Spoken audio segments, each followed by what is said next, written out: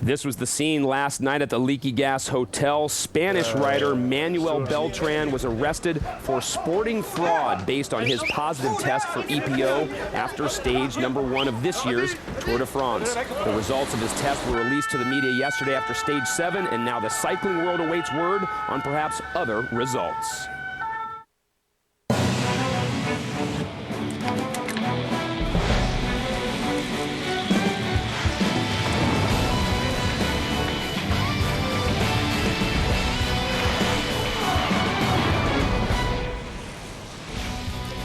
We welcome you to stage #8, where we had thought all the talk would be about the sprinters and the sprint run to the finish. But instead, the world's papers have published the news of Tricky Beltran's fall from grace yesterday. The Leaky Gas rider has been kicked out of this year's Tour de France, and for the moment, his team remains. Hello, everybody. I'm Craig Hummer. It was something that the Tour de France and the sport of cycling had hoped to avoid this summer, and that, of course, is the subject of doping, but it is now, once again, center stage. Here is what we know at the moment. Tricky Beltran has been kicked out of this year's Tour for testing positive after stage #1. He's taken in by the French police for questioning. He is awaiting his B sample confirmation. I now welcome in my partner, Bob Rowland. Bob, you can't sugarcoat this at all, but how stupid does this guy have to be? The conceit required, and also the total disregard for his teammates, the Tour de France, the fans, and his sponsor is almost incomprehensible at this juncture in our fight against doping in cycling. It's nearly ruined the sport in the past. It has taken away sponsors, it has taken away media attention, and most importantly, it has ruined the event for a lot of fans around the world. How stupid do you have to be to do this anymore? I think you bring up the most important point, which is, what does this now do to the sport? Well, the credibility of the sport is on the line, and this Tour de France had to go off smoothly. And every rider, the scrutiny is incredible. To think that you can avoid that is foolish, simple-minded, and downright idiotic. Beltran, unbelievable. What Tricky Beltran really has done is he has insulted, I think, the rest of the riders in the peloton, because in some ways he has taken away the results that we've already seen. We've seen 7 stages on the road. We're going to take you now to the stage 7 highlights. Another great day out on the road, very hilly in the Massif Central. Lilian Jégou going down right there. This is what happens when you cross wheels in a wind battle, into a tree and out of the Tour with a fractured wrist. Jégou, one of the early riders who attacked day in and day out. Another man to go down, Damiano Cunego. Cunego crashing early as well, and this would promote a split in the peloton. It took a long time for the groups to come back together, and they did so right at the bottom of the Puy-Marie, a very tough Category 2 climb before the finish.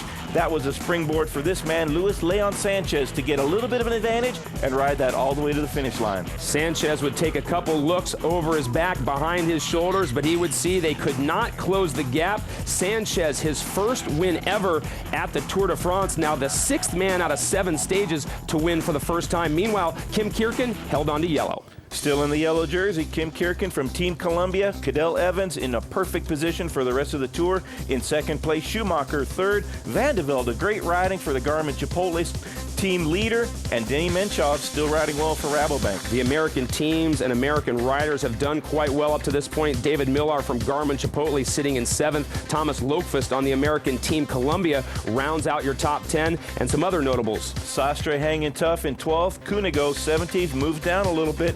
George Hincapie doing a lot of work. He's in 56th. Danny Pate and Will Frischkorn in their first tours still doing a good ride. Well, we'll have much more on the subject of the doping bust when we come back with Phil Liggett and Paul Sherwen. And aside from that, we'll have our normal Saab performance predictions. The 2008 Tour de France pre-race on Versus is presented by Saab and the legendary 9.3 Turbo. Saab, born from jets. For the perfect balance of fuel efficiency and performance, we take energy from exhaust and recycle it. For the perfect balance of fuel efficiency and performance, we take energy from exhaust and recycle it.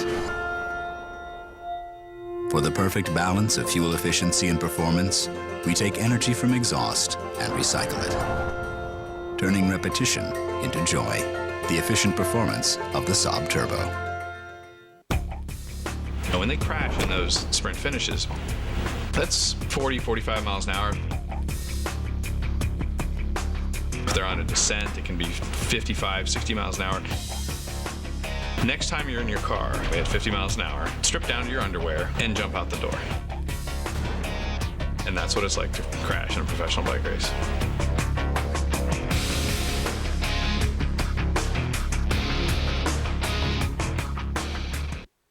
The French countryside is beautiful, but it does have bite. In Stage 7, America's Team Columbia paced the way in front for race leader Kim Kierken. But in the mountains before Orlec, Spain's Luis Leon Sanchez seized control and powered to the finish line first. Kierken held his yellow, but pre-race favorite Cadel Evans is still only seconds back. With the famed Pyrenees Mountains perhaps looming on the peloton's mind, today the sprinters may have another opportunity to shine. The 2008 Tour de France continues next on Versus. The Tour de France is headed to the south, and the heat has certainly been turned up in the past 24 hours. News of yet another doping bust, this time Manuel Beltran taken off by the French police last night. Well, we're now joined by two men who have seen the sport of cycling go through more ups and downs than the Alps themselves, Phil Liggett and Paul Sherwen. Phil, what's it going to take for these guys to get the message? Well, you know, we're all very disappointed. I think the organisation is too. But the proof of the pudding is in the eating. We are now catching the druggies. And I'm delighted they've caught him. I think Beltran must be slightly warped in the head to have done this because he knew the pressure. We hear all sorts of stories now, like when he was led away for that surprise dope test on day one. He tried to escape the people that were taking him for the urine test. I don't know how true that is. But the fact is, he is out of the Tour. He's in disgrace. His career is finished. And when will they learn? Yeah, I think what you have to bear in mind is he was actually targeted by the International Federation. They did a blood test before the start of the Tour de France, and that random dope test was not random at all. They knew who they were looking for, they knew what they were looking for, and they went out to nail him. And I just hope that very shortly some of the bike riders who are still around and still think they can get away with this stuff will realize you can't do it anymore. Bob, that's the next logical question. Is this the tip of yet another iceberg that could sink this sport? Well, hopefully not. Hopefully this is a one-off, and this is a man at the end of his career desperately seeking the ultimate measures possible to get through this Tour de France. And how conceited do you have to be to put yourself at risk? Everybody's tested all the time. You have to be incredibly simple-minded, but more importantly, you have to have a level of conceit that is inexplicable. And when you put your teammates at risk, the sport at risk, the Tour de France and the fans, I can't imagine having that level of disregard for everybody involved. If I could just say there, Craig, I really think there's a feeling of sympathy for the organisation this time around. The papers who normally really hit people hard when we have drug scandals, I think right now they're feeling that everybody is doing their best. We are catching the dopers. It's not going to have the same impact as it had in the previous years. We're no longer a sport of druggies. We're throwing them out. We're watching a very, very good Tour de France this year. I think a very honest one. This guy's crazy to even have thought he could do it. Heck, he's nearly 38 years of age. His career's over. Why bother now? Today is a new day, as they say, and that means a new stage, stage number 8. So, Paul, take us through what we can expect and these riders will do. Well, if you have a look where the riders are, they are heading down towards the south of France. The Pyrenees are now looming on the horizon. The Tour de France moves away from Figeac this morning. Very hilly and lumpy to begin with, but down towards the end on the outskirts of Toulouse, it flattens out a fraction. As you can see, it's tough at the beginning, flat at the end, maybe a day for the sprinters again. Well, in theory, it should be the hills at the start rather than the finish today. It's 107 miles, the difference between Greenville, South Carolina and Columbia. And the 26th time we'll have finished in Toulouse, and it's always given us a pretty good finish. This is a very popular town on the Tour de France. It was actually part of the first Tour de France in 1903.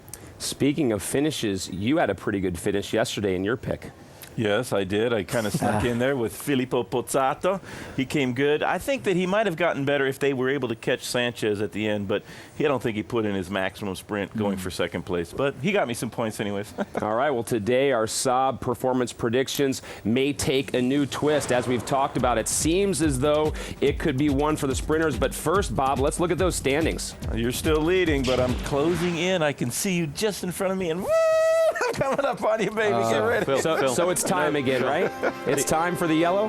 The confidence of the first week will wane once we get into the big mountains. I hate this All-American. Oh, come on. Now, I had a friend of mine give me grief that I'm not respecting the jersey enough and folding it properly when I'm done. So here we go. We'll leave it there in a prime position. Well, to start things off today, I've got first pick, and I must say it's not necessarily a totally confident pick, but it is a calculated one. We've already seen Mark Cavendish show what he has. So talking about sprinting, how could I not take this man from Team Columbia, Mark Cavendish?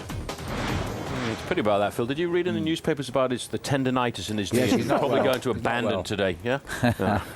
Paul, you're next. I feel like today you may throw out a little bit of Olé. Olé, Café Olé. I'm going for Viva España. I'm going for a man who is always there and thereabouts. And on a day like today, Oscar Freire is the man who will be looking this afternoon. Yes, there are some very great sprinters, but I think if it's difficult in the first part of the race and some of the sprinters get left behind, then Oscar Freire will not.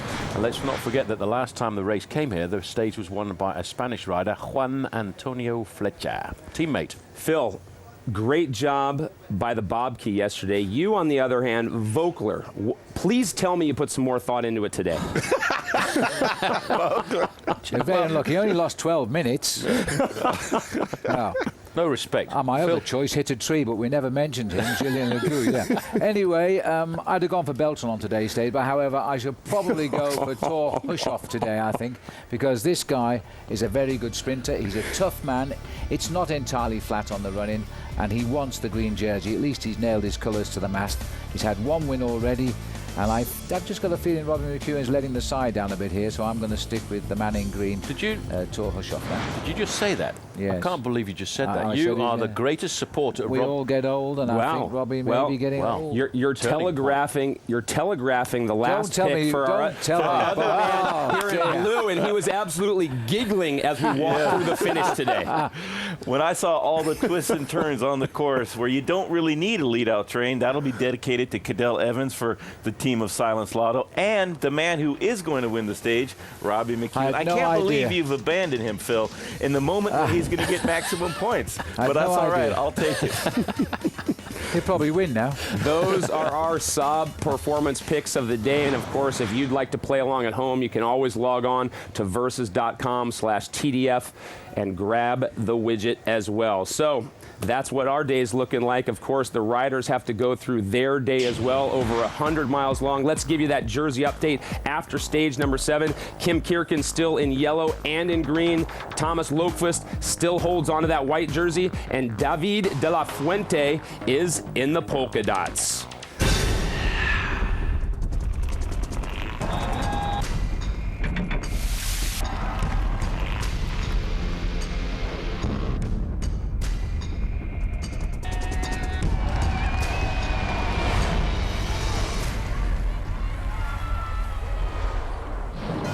The 2008 Tour de France pre-race on Versus is presented by Saab and the legendary 9.3 Turbo. Saab, born from jets. Pools are great family fun. Everyone loves them, except for the person stuck doing the cleaning. It takes forever. Join the over 1 million Pool Devil owners. Then just set it and forget it. The Pool Devil does all the work for you. Go from this to this in less than an hour. It installs in seconds with no tools. Simply attach the Pool Devil to your water return fitting, and it instantly creates a powerful jet stream. It's that easy. The Pool Devil automatically adjusts to any water level and works in any shaped pool. The Venturi filtration system catches leaves, pine needles, grass clippings, insects, even dust and pollen, any floating debris before it gets to the bottom. Your primary filter system costs a fortune to replace. The Pool Devil reduces the strain on your filter and pump, extending its life. And here's the best part. you can stop straining your back and start enjoying your pool. Watch again. The Pool Devil creates a circular flow in your pool while pulling any floating debris into its filter. And since there are no motors or moving parts, it's safe to use while enjoying your pool. In fact, that's when a great deal of debris is brought into the pool. You'll catch it all before it hits the bottom. Then just empty the filter bag, and it's back to work. Your Pool Devil comes with a full money-back guarantee. It's like having a free pool service. Similar products sell for over $250. But during this special TV offer, the Pool Devil is just $19.99. But wait! Order today and you'll receive a lifetime supply of filter bags for just a nominal processing fee. Call now and get it all. The Pool Devil and the lifetime supply of filter bags for just $19.99. Call now. Call 1-800-220-2486 to order your Pool Devil for only $19.99 plus shipping and handling. Call 1-800-220-2486. That's 1-800-220-2486. Call now.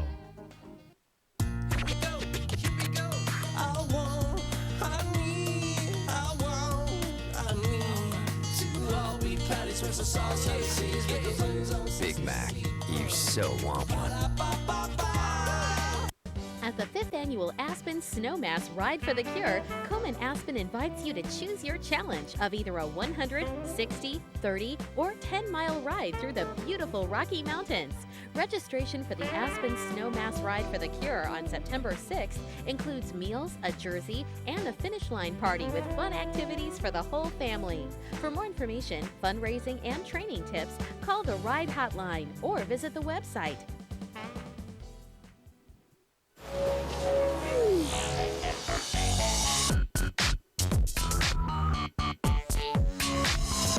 Let the value move you. Get an extra large soft drink for just 89 cents, now at McDonald's. The roller coaster ride of yesterday's Stage 7 saw American Team Colombia show their power on the climbs. But in the end, it was Spaniard Luis Leon Sanchez who swept the race aside for a tremendous unchallenged stage win. Today, the peloton rides the final flat stage before they are met by the Pyrenees, which loom ahead. Kim Kirken is likely to stay safe in yellow as the contenders now recover from the climbs they've left behind. But the sprinters are green with envy. Can Thor Hushovd reclaim his lead in the points race? Because today, the fast men will look for their shot at showcasing their own power on the pedals. The speedsters will battle on the flat road to Toulouse. Stay with us for Stage 8 of the 2008 Tour de France. That's next on Versus.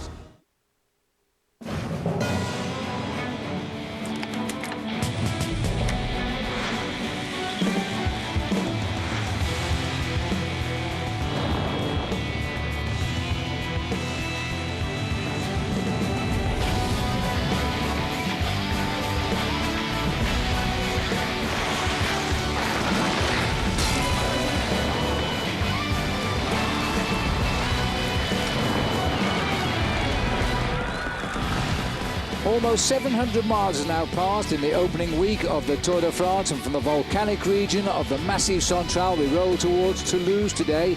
107 miles where they'll find the rain, I'm afraid. It is going to be a long, wet ride. The umbrellas are up right here on the finishing line as the riders come to Toulouse for what will be the 26th time. Hello everybody, welcome back to our live coverage here on Versus of the Tour de France. Phil Liggett with me, Paul Sherwen over my shoulder. Rather wet home straight, but nonetheless the riders never stop racing in the Tour de France. Paul, a little bit of a mixture today, isn't it? Because we've got the chance of an escape, or we've got the chance of the sprinters having their say. It's a difficult day to figure out today because it starts off with a very rough terrain up and down all of the time, and yes, the last part of the stage is flat. Unfortunately though, the sprinters so far in this tour, as far as I'm concerned, have only had one real go at trying to sprint out, and that day it went to Mark Cavendish. The other first 2 days really, although they finished as a mass group, a lot of the sprinters weren't there. But in 2003 a man did win here on his own. Yep, that was a situation where the breakaways survived, and this year in the Tour de France it seems as if the breakaways are having their day. The man who leapt away on the road down into Toulouse was in fact Juan Antonio Fletcher, and on the run in towards the finish, when everybody started to watch each other, he took off to give us his very famous victory salute. By the way, Fletcher in Spanish means the archer. Yes, Deadeye Dick there is coming home with his stage win. He's still in the Tour de France. He rides for Rabobank now. But the man who leads this tour, not just on time in yellow, but also on points in green, is Team Columbia's Kim Kirken. They are having a wonderful tour. This is the green jersey situation. 119 points for Kirken, 95 for Oscar Freire, who is a sprinter. Same must be said of Hushot, who sits third. Valverde is 1 for the yellow, but he's in 4th at the moment. This is a very unpredictable race. Maybe the sprinters will get hold of that green today. Well, if they want to, they've got a number of points out on the course. 3 sprint points where they can earn 6, 4 and 2 points for going across the line in the first 3 places. But as we all know, on these flat stages, and stage 8 is a flat stage, 35 points for the win, decreasing down to only a single point for 25th place. All right, that's how it's all scored today. Let's go back to the start, which was earlier today, of course. The riders setting off on 172 kilometres from Figeac, where Paul Sherwen once started his first Tour de France there when they had a start in Figeac. The first climb of the day, the Côte de Lupiac, after 9 kilometres. De La Fuente, who got the lead in the King of the Mountains yesterday. Maximum points for him with Simon Gerrans and Igor Martinez. Slight breakaway there. Time they got to the next climb after 36 kilometres, Laurent Lefebvre was away on his own. And behind him, De La Fuente will clean up the minor points with Le Boulanger and Sandy Cassar.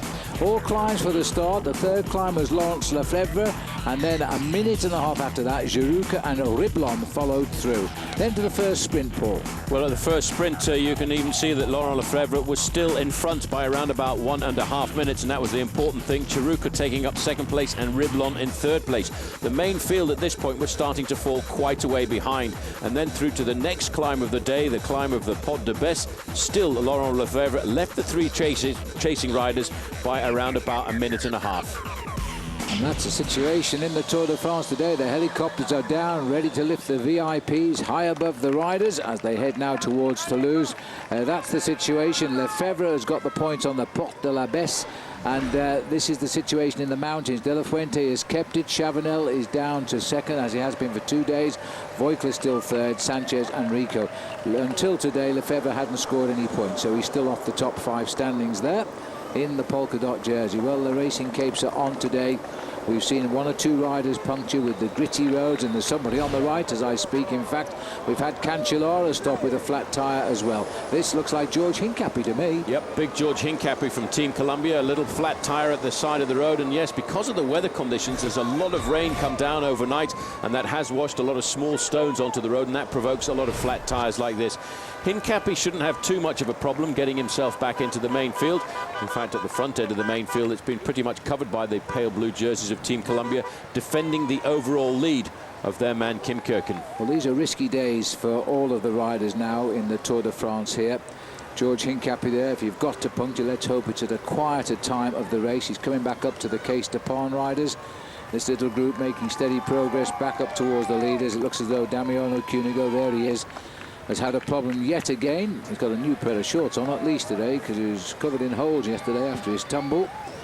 And difficult to pick out, but at least we know now he's changed his hairstyle to blonde, so we can spot him a bit easy. Well, he's changed his hairstyle for the Tour de France this year. He has had an awful lot of bad luck, but he's a courageous rider, and he's going to battle his way through and hope to find some kind of form. And let's not forget, he has the ability to climb up quite a fair way in the overall classification, Phil, over the next few days, because we are really now starting to see the big Pyrenean giants looming on the horizon.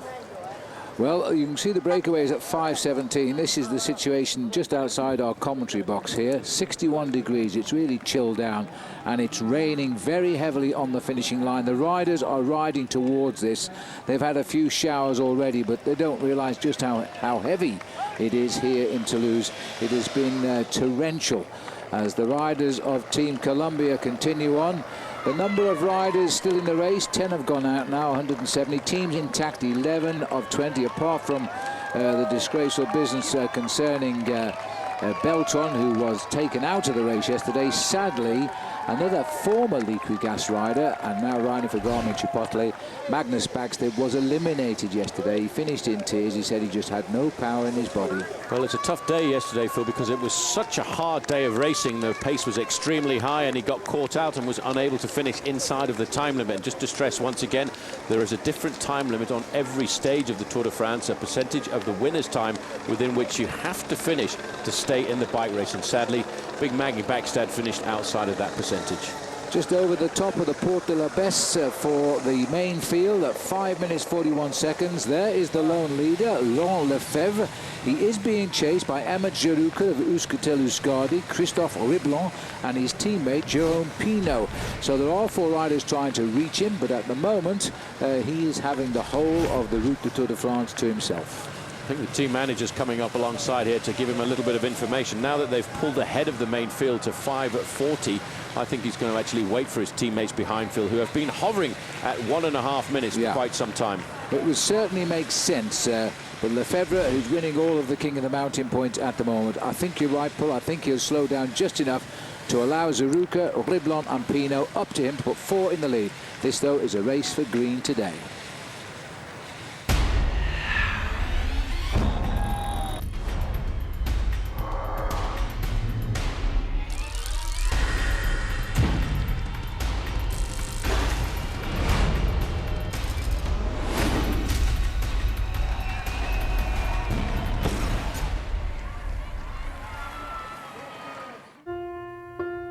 For the perfect balance of fuel efficiency and performance, we take energy from exhaust and recycle it. For the perfect balance of fuel efficiency and performance, we take energy from exhaust and recycle it. For the perfect balance of fuel efficiency and performance, we take energy from exhaust and recycle it. Turning repetition into joy. The efficient performance of the Saab Turbo.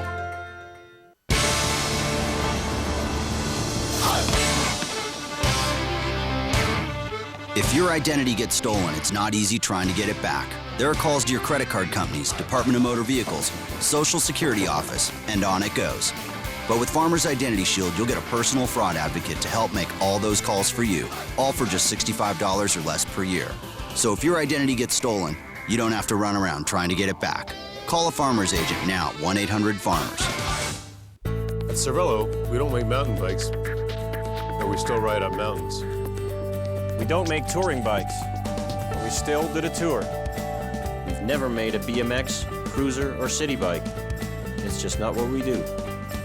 At Cervelo, we make road and time trial bikes, built for speed and built for everyone. That was our mission when we started, and that is our mission today.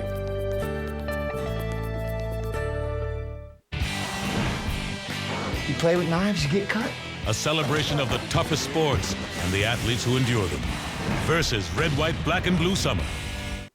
When they crash in those sprint finishes, that's 40, 45 miles an hour. If they're on a descent, it can be 55, 60 miles an hour. Next time you're in your car, strip down to your underwear and jump out the door. And that's what it's like to crash in a professional bike race.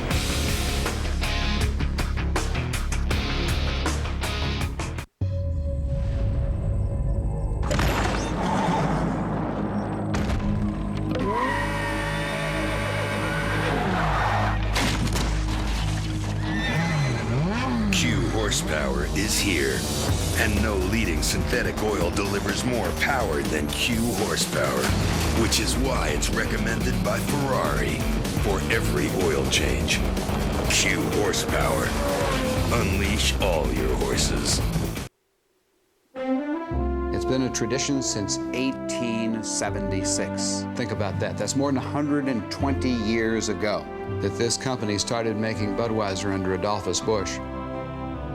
The family has always put in the forefront, protect the excellence of the product Budweiser. And I think he would be very happy that the generations of his family have practiced what he taught us. The 2008 Tour de France on Versus is brought to you by Farmers Insurance. To find an agent near you, go to farmers.com. And by Cervelo. Enjoy engineering. Still the best part of 60 miles to go, and it's going to all be in the rain today on today's stage of the Tour de France. There's the peloton pegged at 5 3/4 minutes. And these are the 3 chasers here, steadily but surely catching up with Laurent Lefebvre. Jerome Pino, Lefebvre's Bouygues Telecom French teammate, is also working hard here because he knows that his man up front needs a little bit of help right now. And there is the peloton, all under the escort of the American team Columbia. as they now look after their leader there in yellow. All very regular at the moment, but this is a dangerous day in the Tour with rain like this. Thankfully, we don't have the horrible descents of yesterday. Had it rained yesterday, who knows? There's the names of the riders we've got the pulse on today. We'll know what they're feeling like. At least their body clocks are telling us. Koyo, Foster's a sprinter, Ronnie Schultz. Those are the riders we'll be hearing from as we go along. Remember, plenty of games for you to enjoy playing with us this year, and I must say you're all taking part. Thank you all for that. Let's remind you first of all then of the Saab Watch and Win sweepstakes. You just go on to versus.com/fly to the finish. Enjoy this game, by the way, because there are great prizes. The Saab 9.3 Sport Combi, a Cervelo SLC SL bike, polka dot jersey, a yellow jersey, all up for grabs. The words you need today, the code words, Jet Inspired. That's what you need when you log on to versus.com today.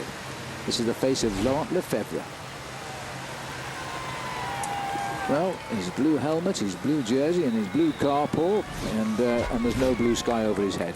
Sadly, it's getting darker. It is getting darker, but I'm sure it'll be a lot sunnier for you to find out that Laurent Lefebvre is one of those riders who doesn't subscribe to the little earpiece and two-way radio. Chap. I hope he wins.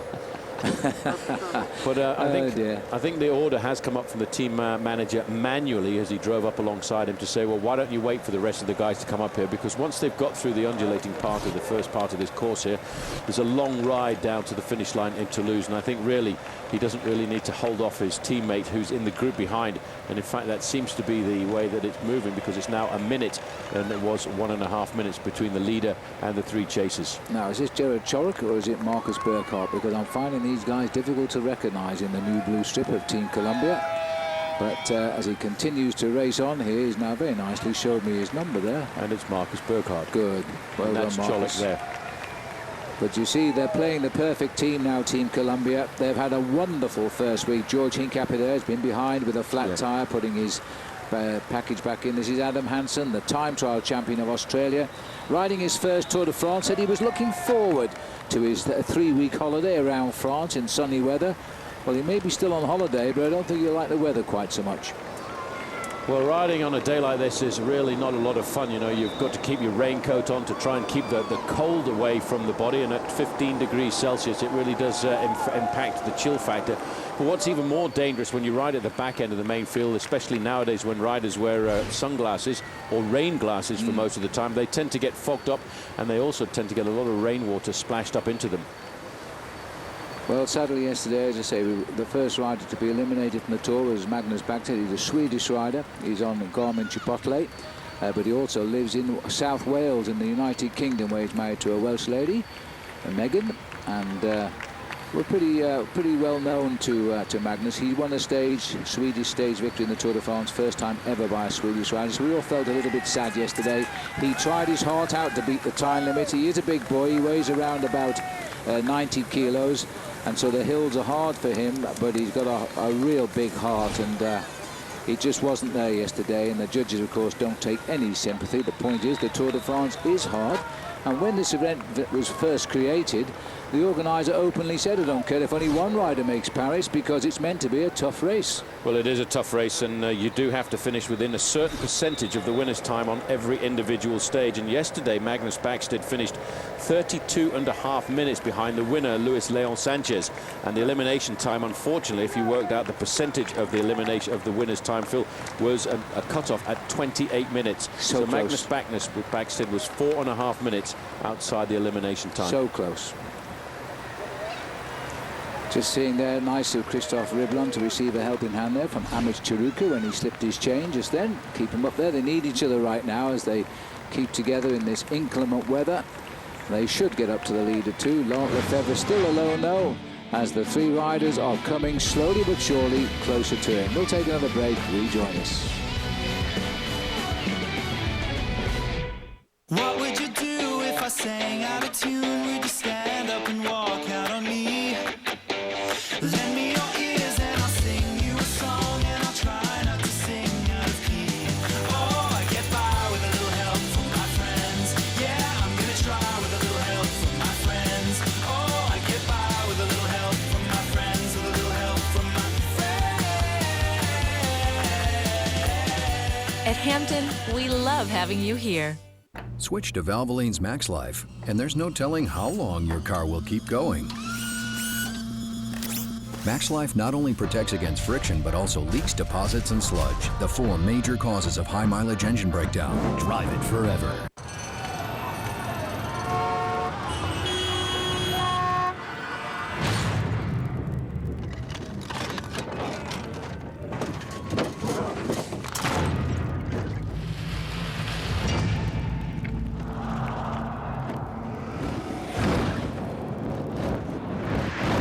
Free yourself from 4 doors, 4 wheels, $4 a gallon. Freedom. It's a Honda. Mayflower movers are easy to spot.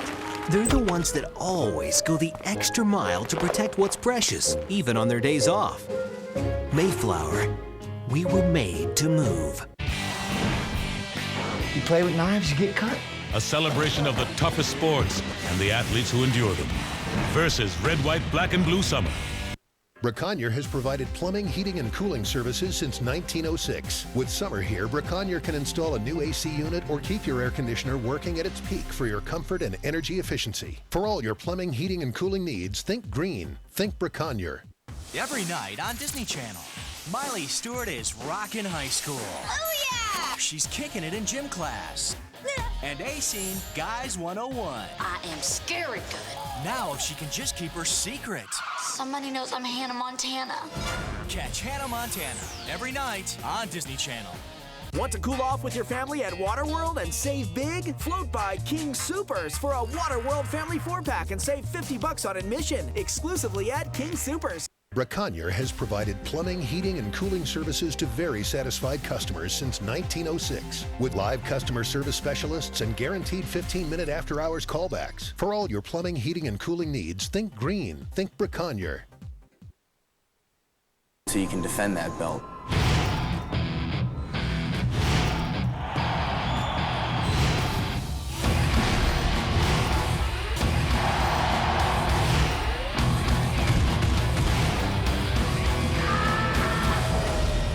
I'm the guy that everybody wants to beat.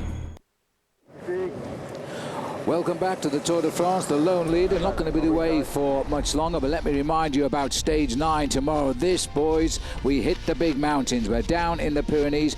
Coverage coming to you live at 7:30 Eastern Time. We'll start right here in Toulouse. We'll move on to Bagnes de Bigorre, but we'll go over the Col de Peyresourde and the Col d'Aspan. You won't want to miss that. And if you do miss any of today's action, don't forget, join us tonight, primetime edition with Bob and Craig, starting at 8 Eastern. Big day in the Tour de France tomorrow. The big leaders have got to come out and start fighting tomorrow for sure.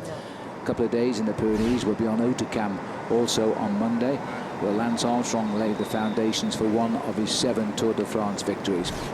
There's the bunch of the 3 chasers, and there is the lone leader. We're going to have 4 together very shortly now. They're coming together, 4 riders shortly to be in the lead, and then they're going to face off against a 5-minute gap with 89 kilometers to go. Now, the major climbs of the day, and there haven't been major climbs, there have been ripples in the countryside, are more or less behind the riders now. Flattish roads, we don't go much above 500-600 feet, a couple hundred meters above sea level, all the way to Toulouse. But I'm afraid the sea will feel as though it's on top of the riders today, because this rain is not forecast to stop.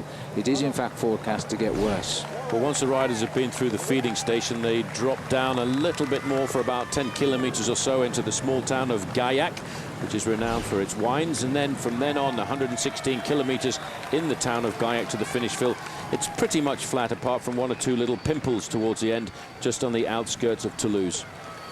Well, there's the peloton.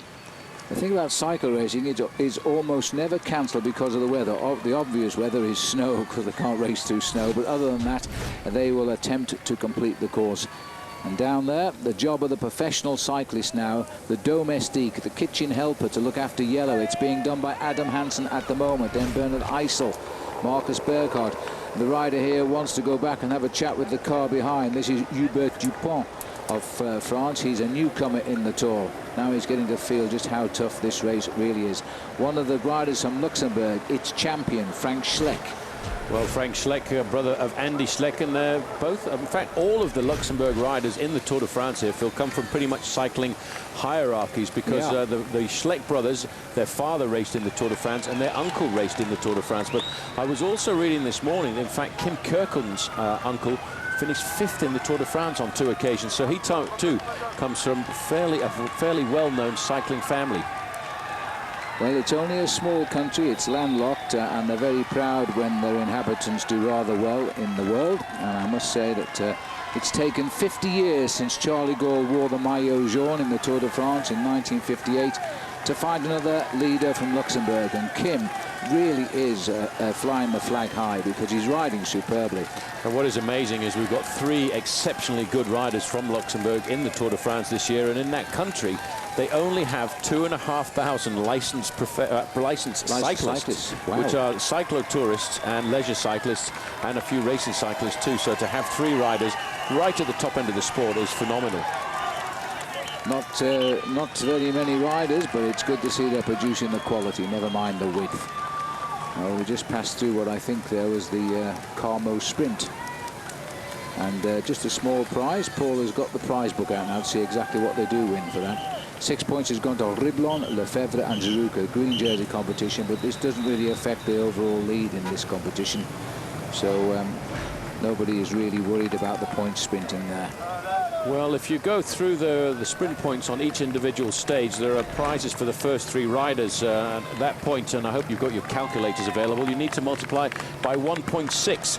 It's 800 euros for a win, 450 euros for second place, and 300 euros for third place. So take those numbers, multiply them by 1.6, and you can work that out into dollars. But around about 1,200 bucks. That's American dollars, or not Aussie dollars, although it's nearly the same these days, isn't it?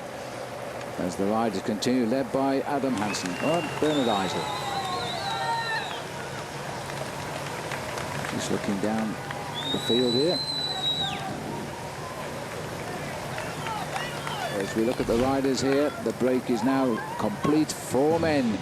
But the gap, I hate to tell them, is coming down. So the riders have started to react rather quickly today.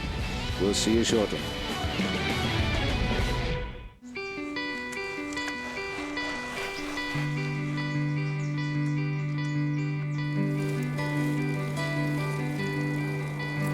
We believe in long rides and the stories they bring. And it was just some soupy mud and just going over the bars.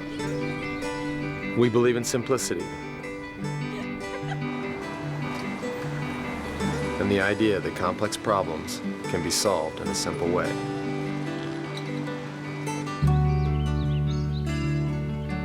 We believe in firsts and in lifestyles that last. We believe in the power of giving back and never giving up. We believe in bikes.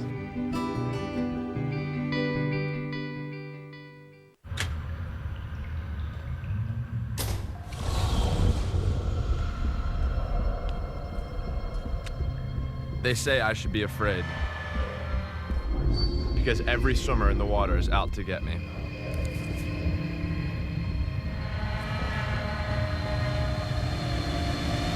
Fear is good. Power bar. More fuel for more push. When they crash in those sprint finishes, that's 40, 45 miles an hour. If they're on a descent, it can be 55, 60 miles an hour. Next time you're in your car at 50 miles an hour, strip down to your underwear and jump out the door. And that's what it's like to crash in a professional bike race.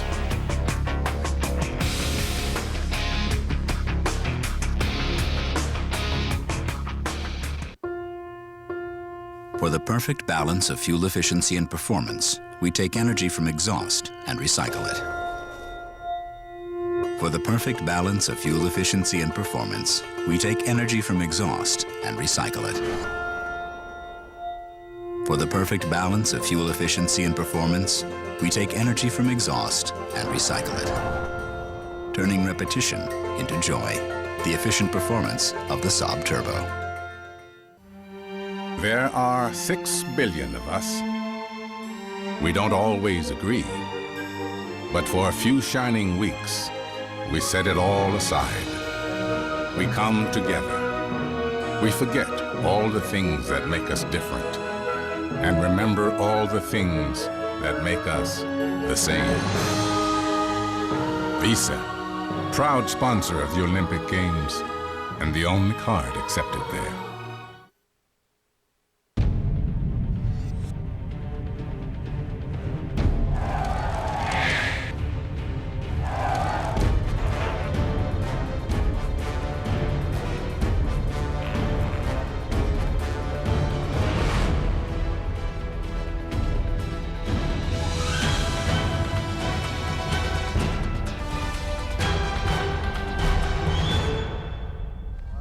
Yes, the future of the Tour de France there, personified by Luis Leon Sanchez. He's just 24.5 years of age. He dedicated that stage win to his deceased brother, who died under very sad circumstance a couple of years ago. But as we look at the breakaway here, these are the 4 men proving to be the obstacle just now against the sprinters having their day, and I think that's why the peloton has reacted a little bit here. They've heard these 4 have got together, and it's come down from just over 5 minutes to 4 minutes and 22 seconds. Well, one man who hasn't quite shown the magic of previous years in winning stages yet is the Australian Robbie McEwen. Maybe today, if he can burst forth. Let's have a word with him, with Robbie Ventura.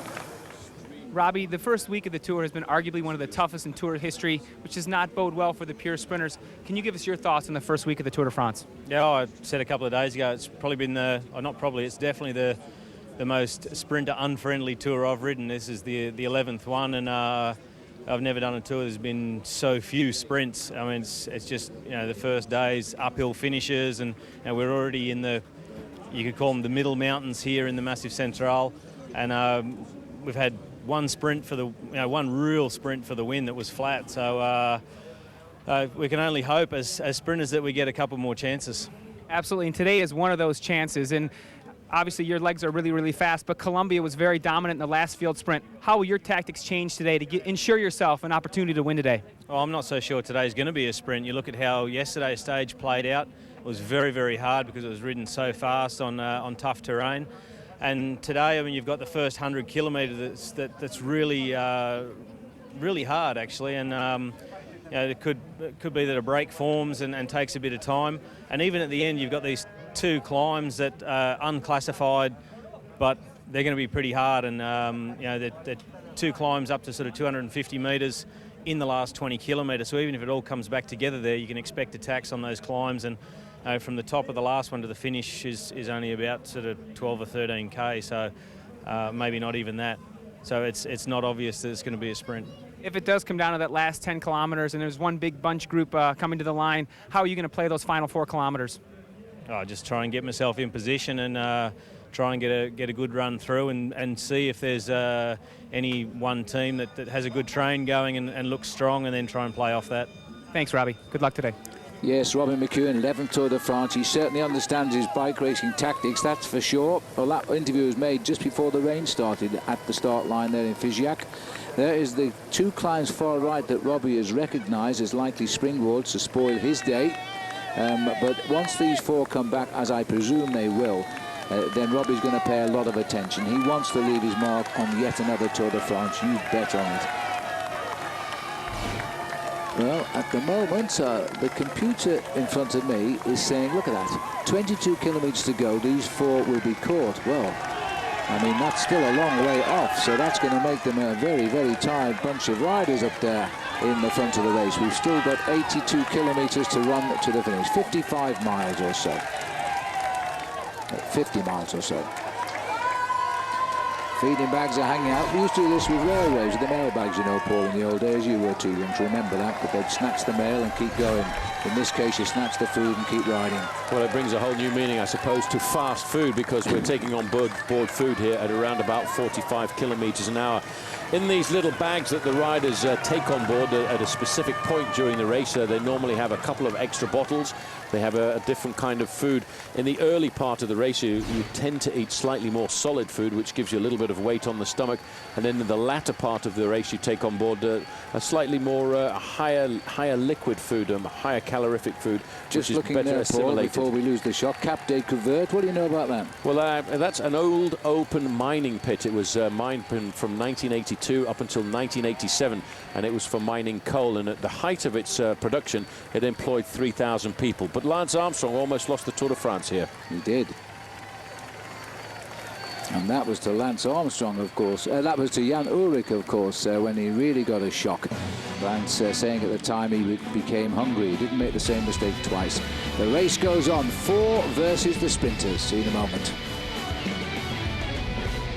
My grandma is like a superhero. Her superpower is giving. I think we all have something to give. Time. Money.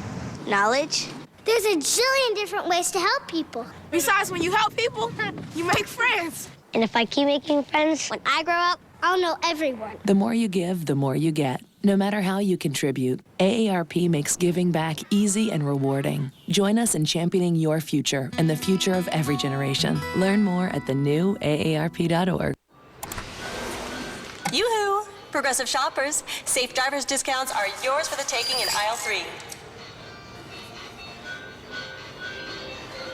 Safe drivers save money. Now that's progressive. Call or click today.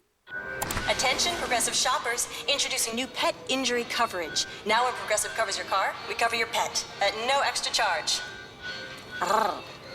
That's a cat. New pet injury coverage. Now that's progressive. Call or click today. You play with knives, you get cut. A celebration of the toughest sports and the athletes who endure them. Versus red, white, black, and blue summer. You love the outdoors, and you don't want to earn a living sitting at a desk all day, right? Well, great news. Westwood College, here in Denver, now offers a surveying program. Soon, you can be out measuring land and water boundaries for all kinds of projects, from new highways to new home developments. You could be part of some pretty cool projects. This could be the best move you've ever made. For a free brochure, call 1-800-921-0897. That's 1-800-921-0897. Call now. Hi, I'm Heather, and I hope that last commercial inspired you to call this number and ask for an informational brochure on career training. If you're thinking about a new career, I'll bet you have some questions, and our brochure will give you some answers. We'll take your call 24 hours a day, all night, and weekends too. So what are you waiting for? Right now is a great time to call. For a free brochure, call 1-800-921-0897. That's 1-800-921-0897. Call now. You can defend that belt.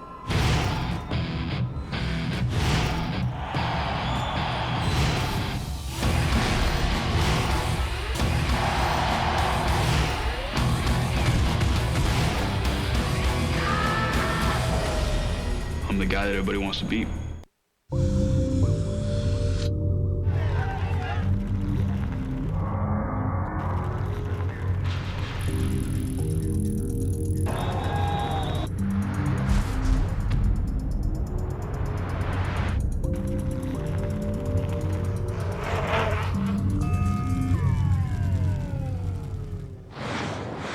Yes, they're the Americans in the Tour de France. Here is how the Budweiser classification shows the 4 American riders. In 4th place in this race, Christian van der Velde from Garmin-Chipotle.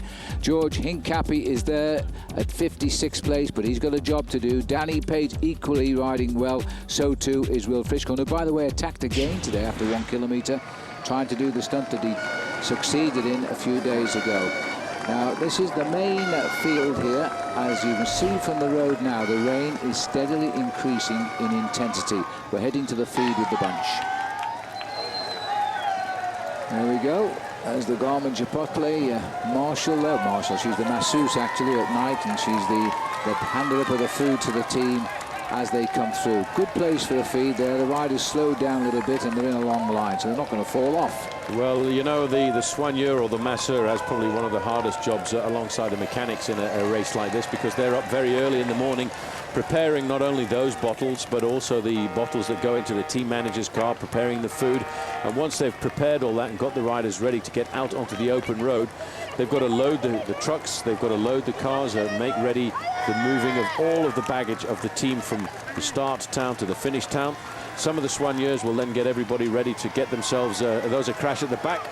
And this is one of the riders from Boyd Telecom. It's always a dangerous point. Should I? No, it always is one of the most dangerous points of the race, and especially when it's a little damp like this as well.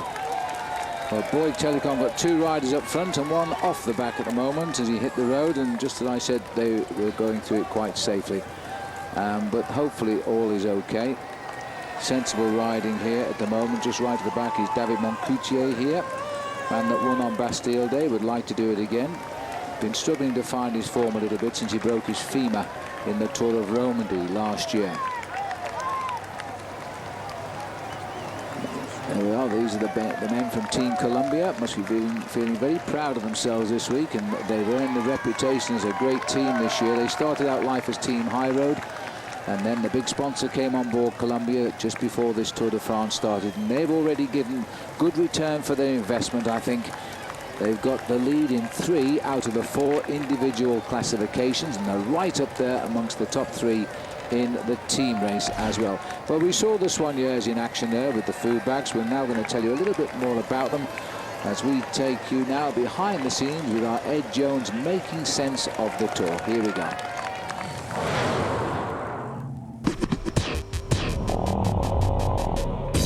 Hi, I'm Frankie de Bust, and I'm making part of one of the 7 soigneurs here in Tour de France for Team Columbia.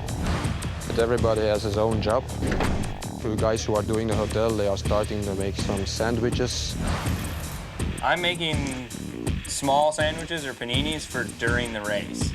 So they're not eating always power bars and always gels, just some normal food that they can enjoy. Hello, my name is Peter Verbeeken. My routine is be here on the finish 20 minutes before they arrive. Everyone is here. We give them the drinks, see if they have to go to the podium, also to check the numbers for the medical control. My job at the end of the night is just to do massage. Each rider gets about 45 minutes of massage. Kind of relax the body for the riders. They want to be quiet, calm. To have a good soigneur that can feel the points and you can have a dialogue with to straight things out, which is very important, especially during a Grand Tour like this. The best part of my job is when the riders win. It's really the highlight for me too. It's what I work for, it's what they work for.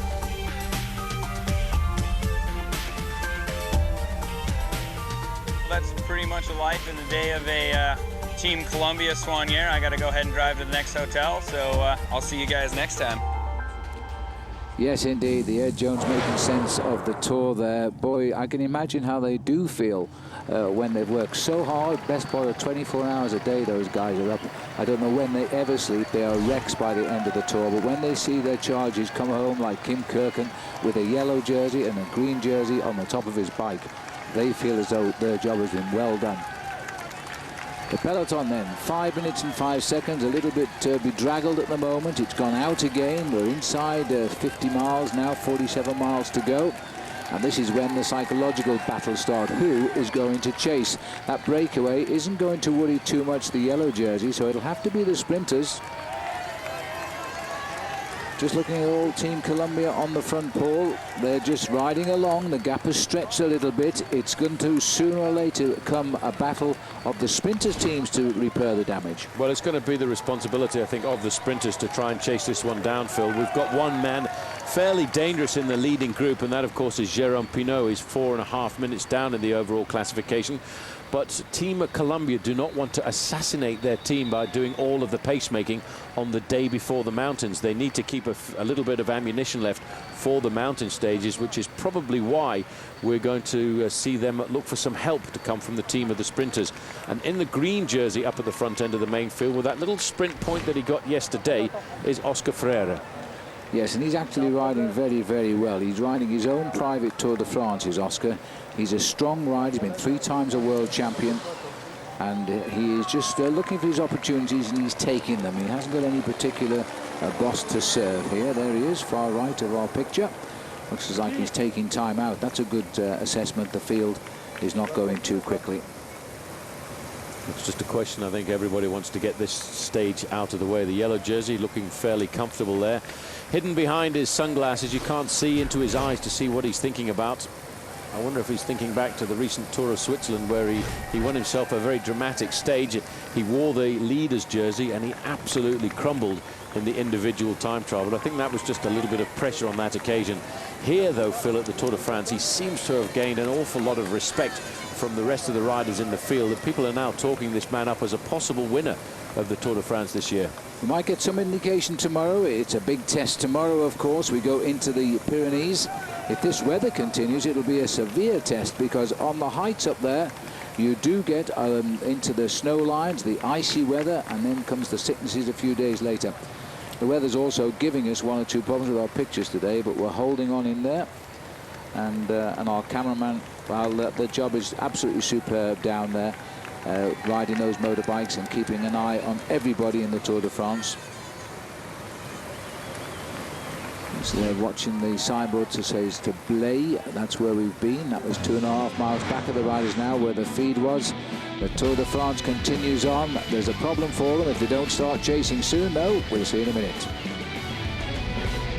Sealing your bathroom can be a disaster. Your fingers were never meant to be used like this. Just look at the mess. You need ProSeal, the only tool that delivers a neat finish in just minutes, again and again. Apply silicone as usual.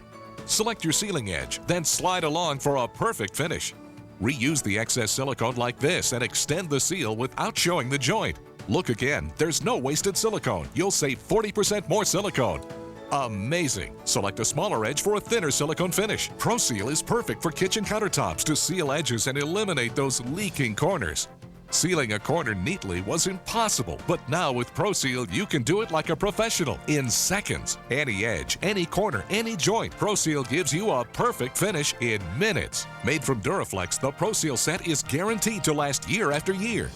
Best of all, there's 8 sealing edges for every application. You get a 16mm corner to ensure a smooth finish, a curved edge to fill in the gaps between flat surfaces, and a grouting tip for between those tiles, and 5 more spectacular edges. The amazing ProSeal Toolkit is just $19.95. We promise it will give you a clean, straight finish in just minutes, again and again, or your money back. But if you order now through this special TV offer, as a bonus, you'll get a 3rd applicator for hard-to-reach places. You'll also get a silicone remover to remove and strip old grouting. Plus, you'll get this big tube of silicone. Call now and receive the complete ProSeal kit. 3 tools with 12 edges, silicone remover tool, and large tube of silicone for only $19.95, plus shipping and handling. Any edge, any corner, any joint, your solution is ProSeal. Call now. To order your ProSeal, call 1-800-919-4122 or send check or money order for $19.95 plus shipping and handling to ProSeal, 2 Morgan Avenue, Norwalk, Connecticut. Call 1-800-919-4122. That's 1-800-919-4122. Call now. When they crash in those sprint finishes, that's 40, 45 miles an hour. If they're on a descent, it can be 55, 60 miles an hour. Next time you're in your car at 50 miles an hour, strip down to your underwear and jump out the door. And that's what it's like to crash in a professional bike race.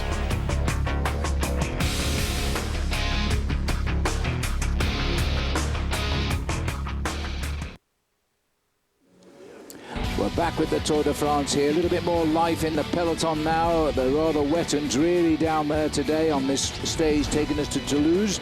The 26th visit of the Tour. By the way, Toulouse was on the original race route back in 1903. I think the stage to Toulouse in 1903, without checking it up, was about 475 kilometers. Oh dear, that's about nearly 300 miles on one day of racing. My producer telling me 423. I can't stand it when there's so many experts. I don't know about you guys listening in.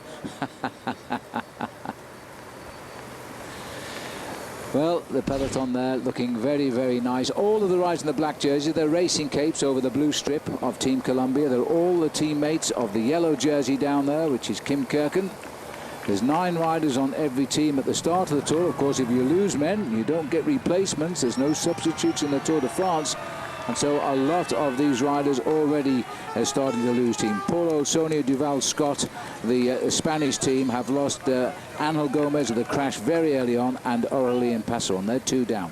Well, just looking at the workload of the riders in this breakaway, again, this is a quick calculation that we do. Chiruka is doing the majority of the pacemaking at the front with 33%, Riblon with 30%.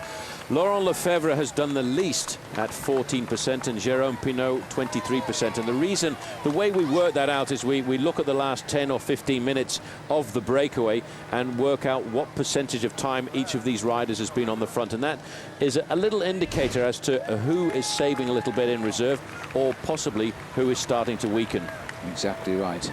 You see, the roads aren't flat, even though there's no official hills anymore. These are rolling roads here. We're now getting out of the wooded area, away from that beautiful last 2 days of racing in the Puys. And I don't know whether we're going to see any of the lovely gorges down here, but they are stunning in this area. Not too sure how we'll finish up in our final run into Toulouse today. Well, I doubt if we'll see the gorges of the Tarn, which are a long way behind us, but the River Tarn, and this is the area we're going through at the moment, the Tarn, is a 375-kilometer long river. It raises up in the Cevennes Mountains, which are a long way away from here, but they do cut through some very dramatic gorges. But with weather conditions like this, Phil, sadly, we're not going to see the beauty of this part of France. No, that is a shame. A lot of the helicopters won't fly today. 5 minutes, 9 seconds, so they're holding them. They're not running away anymore, but they're not coming any closer yet. They're just waiting for a reaction. Both Break and Peloton riding more or less at the same average speed just now. Coming down towards 70 kilometers from the finish here. And again, the French in the move. 3 Frenchmen and a Spanish rider trying to pull off something special today. Of course, the next 2 days in the mountains of the Pyrenees, which links Spain, Andorra and France, then expect to see the Spanish in action. We're all really interested to know just how good is Valverde, how good indeed is Cadel Evans or Denis Menchov. I think Damiano Cunego, unless he shows a big reversal, might be in a spot of bother in the next 2 days. And just what is Carlos Sastre keeping under those racing shorts? Because I reckon he might well come to the fore tomorrow. This is the Côte du Sul, which is a mountaintop village here. Another very old one. It's a fortified village, by the way. It was only founded in the year 1222. It's a 13th century village, and it is absolutely stunning. Still kept in almost perfect condition of its original state. We'll take a break and rejoin us here in Toulouse. Hey, look, I know your fancy little gizmo here is going to tell you to take the highway because it seems faster, but trust me, I've been doing this a long time, and I got a little shortcut. The next light, you're going to want to take a look. Turn left. Okay, but here's the part no one knows. You're going to want to take the second left. But you can't go straight this time of day, so you're going to want to... Bear right. Park Street. Park Street is... Is that a new suit? With its exclusive IQ routes, the new TomTom Go uses real drive times to calculate the fastest route. TomTom, go confidently. For the perfect balance of fuel efficiency and performance, we take energy from exhaust and recycle it. For the perfect balance of fuel efficiency and performance, we take energy from exhaust and recycle it. For the perfect balance of fuel efficiency and performance, we take energy from exhaust and recycle it. Turning repetition into joy. The efficient performance of the Saab Turbo.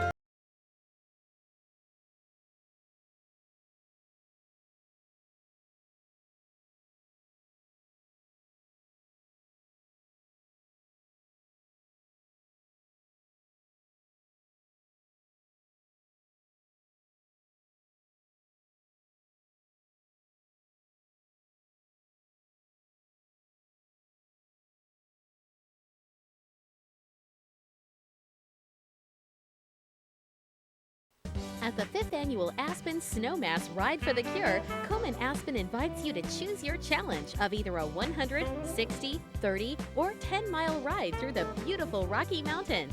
Registration for the Aspen Snowmass Ride for the Cure on September 6th includes meals, a jersey, and a finish line party with fun activities for the whole family.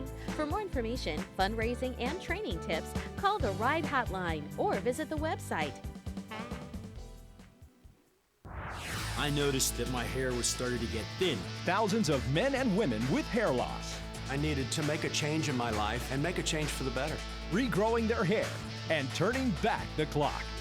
More hair, more confidence. I have hair now. That's what medical hair restoration's all about. Get the powerful information you need right now to regrow your hair permanently.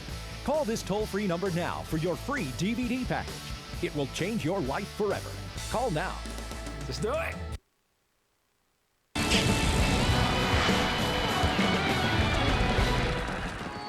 We're back with the Tour de France as the farmers of the region of the Tarn give the thumbs up here to the passage of the peloton, which has gone through some 5 minutes behind the 4 leaders. And they really have taken this race to heart down here. It's one of the great areas for the Tour de France. It's been on the race route since 1903. And it looks like they're all rookies down there because they're wearing the white jersey of the best new rider, which is being proudly displayed by young Thomas Lovequist on Team Columbia right now in this front leading group. No change in the situation, 43 miles to go, 4 riders hanging on to the same time gap of 5 minutes and 20 seconds. Chance to have a look at Kim Kirken. Well, that was a brief chance, but nonetheless, there he was. He looks pretty cool. He's under no pressure at all as he sits there just safely in amongst his teammates. Just riding here at the back of the race is Jimmy Casper. Casper was involved in a bit of a fall before the race started today. He tumbled as they were leaving the town, heading out towards the 0 kilometre. But he seems okay. He seems to be okay, Jimmy Casper. He's a tough character. He's won stages in the Tour de France before, but he was really one of the major stars in an IMAX movie called Wired to Win, which explained how tough it was to ride the Tour de France. And Jimmy Casper crashed heavily in the Tour de France a couple of years ago in the same crash as Levi Leipheimer, you may remember, and battled on for a few days to try and survive. But the mountains proved just a little bit too hard for him. He's had a lot of bad crashes, actually, poor old Jimmy. He crashed on the Kemmelberg, coming down the Kemmelberg too in Gent-Wevelgem last year, but he's recovered from that as well and has come back into the Tour de France, actually having a very good season.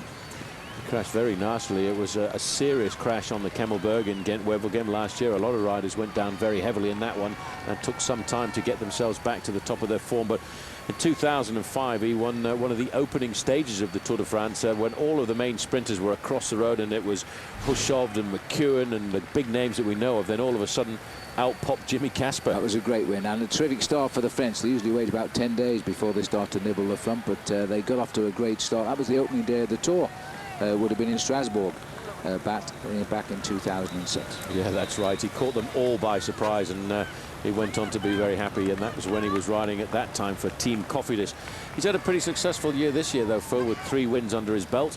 As we look at the 4 leaders here, and it's changed around a little bit if we look at the amount of work that's being done. Jérôme Pinault now has moved up to the front of fraction. Going through the route, we're now just about to get to the flatter part of the course, and that, I think, Phil, will make those 4 leaders feel just that little bit more comfortable. Well, Pinault was 3rd on that first day behind Valverde on the first day over in Brittany when we finished in Plumelec. He's dropped away from the leaderboard since then, but here he is having another go today, and you never know. Future in the Tour de France can change very, very quickly, as these boys know. Good tempo riding here, Marcus Berghout with those big legs pumping out the message. A little bit of help from George as he moves up on the outside. George always looks as though he's never under pressure, doesn't he? Hincapie just takes a look at the boys. A little chat and a smile to Berghout saying, you take a rest, mate, I'll do some work for you now. Let's have a look. Don't forget our Saab Flight to the Finish sweepstakes. Enjoy that. And you go to versus.com/fly to the finish, and the code word today, Jet Inspired, to play the game. You look here, has he got a flat tire? No, he's just having a free. This is Ribbon. He might have a problem here. He's about to stop, I think. This looks like Christophe Riblon has got himself a flat back tyre. He's going to take the wheel out himself. And the new wheel is ready. This is going to be a very fast change here, so he's not too concerned. About 8 to 10 seconds, and he's underway again. Big push now by the mechanic. He'll just be relieved he did a good change for him, and he'll get back in the car. And the boys up front will probably wait for him. They won't ease off too much until they know he's got a good change. Then they'll allow him back up because they need him right now. With 41 miles still to race, the extra power. This is always the big worry on a rainy day. The grit on the road sticks to the tyres, takes a few minutes, but it penetrates those thin racing tyres and down they go. We don't wish that on anyone today. The sunflowers looking towards the sun. We'll see you in a moment. Goodbye. What sun?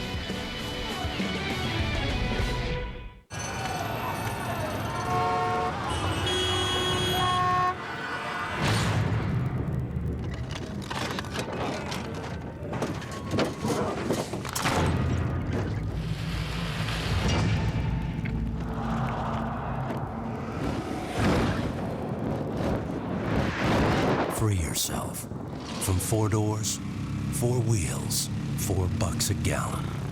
Freedom. It's a Honda. Sometimes I think grown-ups have more fun than kids. They get to do cool stuff, like go on cruises. And ride motorcycles. Yeah, grown-ups have it made. They get to play whenever they want. Play whenever you want. AARP can help. Learn more at the new AARP.org. Mayflower movers are easy to spot. They're the ones that always go the extra mile to protect what's precious, even on their days off. Mayflower, we were made to move. Phil Mickelson, Adam Scott, Ernie Els, 3 of the world's top 5 golfers.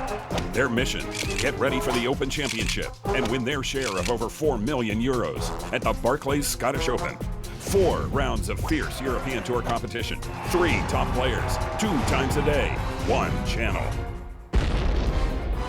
The Barclays Scottish Open, today at 9 a.m. and 6:30 p.m. Eastern on Golf Channel. You're not a true champion until you can defend that belt.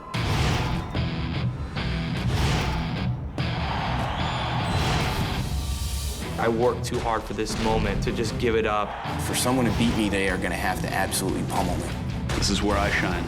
I'm as good as I've ever been, and I'm only getting better.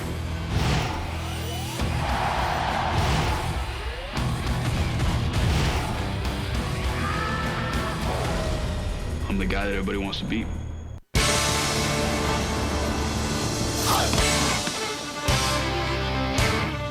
If your identity gets stolen, it's not easy trying to get it back. There are calls to your credit card companies, Department of Motor Vehicles, Social Security Office, and on it goes. But with Farmers Identity Shield, you'll get a personal fraud advocate to help make all those calls for you, all for just $65 or less per year. So if your identity gets stolen, you don't have to run around trying to get it back. Call a Farmers agent now, 1-800-FARMERS.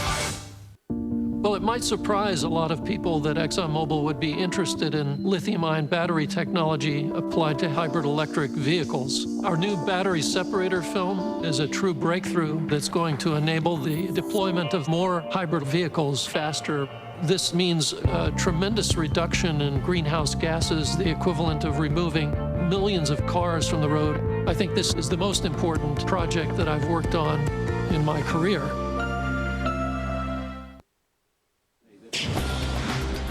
Welcome back. This is the situation for Team Columbia in the Tour de France after stage number 7. Kim Kirken wears the yellow and the green jersey. Thomas Logqvist wears the white jersey. The team are backing him all of the way. Schutzhoff, Hincapie, Cholik, Hansen, Berghardt, Eisel, and Mark Cavendish at the bottom there has won a stage. And today, he might well win again if they catch the 4 leaders. Let's hear what he had to say this morning talking to Frankie Andreu. Today, your team has a lot of jerseys on their back. Do you think you'll have a chance to be able to go for a sprint of your own when you get to Toulouse?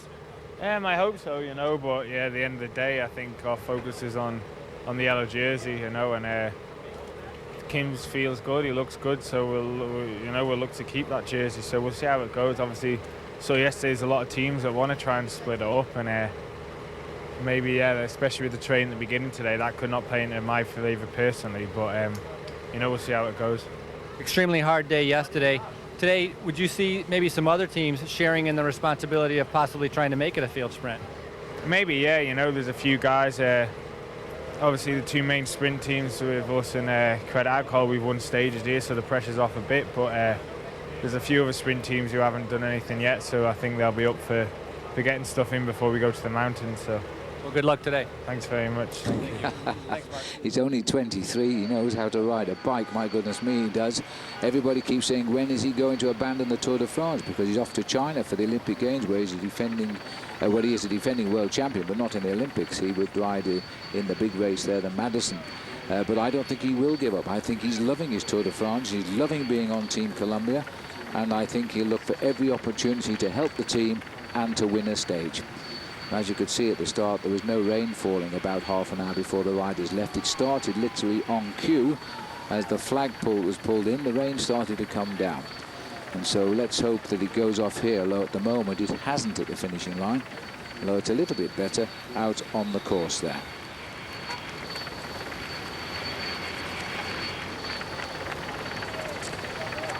So as we continue to show you the beauty of the river, I think this is the Tarn River ploughing through the middle here, which is 375 kilometers or 235 miles long, and it's vastly affected by the Roman villages and towns around here. Well, it certainly is. The weather is not ideal for showing off the beauty of this part of France either, though, Phil, because it really has been very inclement this afternoon. Although the temperature has warmed up a fraction, it's warmed up to just inside of 20 degrees Celsius, which is not ideal. And I think this is exactly what Team Columbia were looking for. They were looking for some assistance from some of the other teams in the race, and not surprisingly, it's Team Crédit Agricole of Thor Hushovd who've come to the front. First of all, sending up one rider, maybe a couple more you can see scuttling up the outside. There's Simon Gerrans over on the right-hand side. He had said, Phil, that the reason he'd come to the Tour de France this year was to help Thor Hushovd take the green jersey up to Paris. There's Simon there, looking as though he's puffing and blowing a bit, but that's all right. It is raining quite heavily, and the spray off the bike wheels in front always aim to get in the eyes as well. I can tell you at the finishing line here, the rain is very, very heavy now. They have the better part of the day out there, but they're coming towards us, of course, and the weather is going to turn even worse. We're outside of Gaillac now, but I'm sure those grapes probably go into the Gaillac bottles of wine, as these four leaders continue to hang on out there. Chiruca, Riblon, Lefebvre and Pinot, three Frenchmen and a Spanish rider setting the pace today. The gap at 5 minutes 21 has been virtually the same now for more than 20 kilometers. Yes, it's been locked in, but I think that's going to start to change towards the advantage of the sprinters, because now that you've seen Team Crédit Agricole coming up to the front end of the main field, I think we'll start to see that gap begin its descent from the 5 minutes and 20 seconds that it was just a few moments ago. The leaders are currently riding at around about 29 miles an hour. That's just inside of 50 kilometers an hour. Yeah. And as you can see, they're leaving the ripply part of the course behind them now. And from here, pretty much over the last 60 kilometers, Phil, it's fairly pan flat.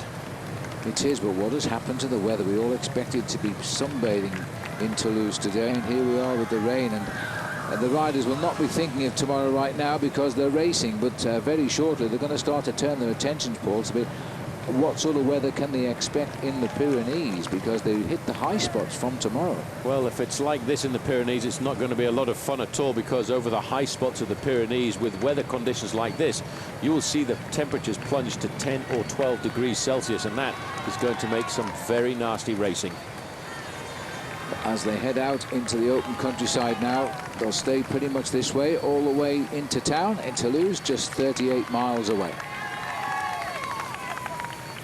Long straight roads, but the peloton stretching, almost covering the whole length here. We've seen a little bit of Oscar Freire today.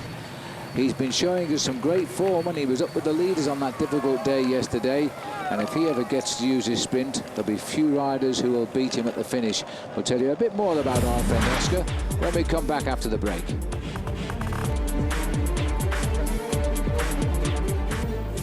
For me, it's important to win a green jersey, but it's also difficult. She turned around and left the cave, and I'm standing there by the pool of water alone, like I am in all of my dreams. And it just brought up a whole bunch of issues that... Tym piórze nie ma atramentu. What? I wtedy możemy zacząć dopiero pracować. Using a broker you can't understand doesn't make much sense either. That's why Edward Jones speaks in a language you can understand, so financial decisions get the attention they deserve. Edward Jones, making sense of investing. Kenda Tires is giving cycling fans the chance of a lifetime with the Kenda Fantasy Cycling Challenge. Pick your riders, watch the tour, and you could win a trip to the 2009 Tour de France. Kenda, the #1 bicycle tire in North America, also offers high-quality passenger tires and light truck tires that are both reliable and affordable, which is why so many people trust Kenda Tires, no matter what they're driving. For more information about Kenda Tires and to find a dealer near you, visit KendaTiresUSA.com. Kenda Tires, performance-minded, value-conscious. American, arrogant, and in your face. That's how we bring it! Tap Out. An all-new season premieres on Versus July 30th. Get a sneak peek at the premiere episode 1 week earlier on Versus On Demand. Tap Out, all summer long, premiering July 24th on Versus On Demand. My face used to look like this. Yuck. But thanks to Proactive Solution, it now looks like this. Proactive is a 3-step acne-fighting system that clears acne and helps prevent future breakouts. Why make things harder than they need to be? Problem, acne. Solution, Proactive. Want results? Act now and save 50% and get the free Miracle Mask for fast relief. You want skin that's consistently clear? Get Proactive. Order now at proactive.com.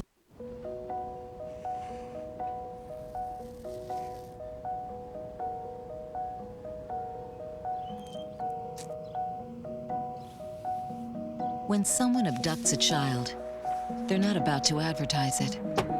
But we will. Sign up at wirelessamberAlerts.org to get free Amber Alert text messages on your cell phone. Help put a child abductor out of business for good. Wireless Amber Alerts. A child is calling for help. You play with knives, you get cut. A celebration of the toughest sports and the athletes who endure them. Versus Red, White, Black and Blue Summer. Welcome back past the water tower here, somewhere in France, as we're bound for Toulouse today. That's the peloton. Just over 5 minutes is the gap for these riders, and nobody chasing them down, and the boys up front aren't faltering just at this moment in time. And the sprinters are going to have to make a decision, because as we speak now, the peloton, Team Colombia, are still setting the place. But anyway, I promised you a little bit more information on one rider who calls himself a sprinter, and that is Oscar Freire. And he's been 3 times a world champion. So let's learn a little bit more about our friend Oscar now in our Hampton Hotels athlete profile. Then comes Oscar Freire. Where does he find the strength from? Oh, it's Oscar Freire. The Tour de France is a different race because a lot of media is there. But in the end, to win a stage in the Tour de France, it's nice because there are a lot of people watching the race, and it's more important than the other races. It brings a lot. He brings the victories. You're always sure from Oscar that he brings you almost 10 victories a year. And he wins a lot of big races. It's not only the small stages somewhere, but yeah, for us it's a very important rider because it gives the team also confidence. No? You have to have a rider who you can work for and who win big races. And he's doing that for many years. In the race, you never know what's going to happen with Oscar.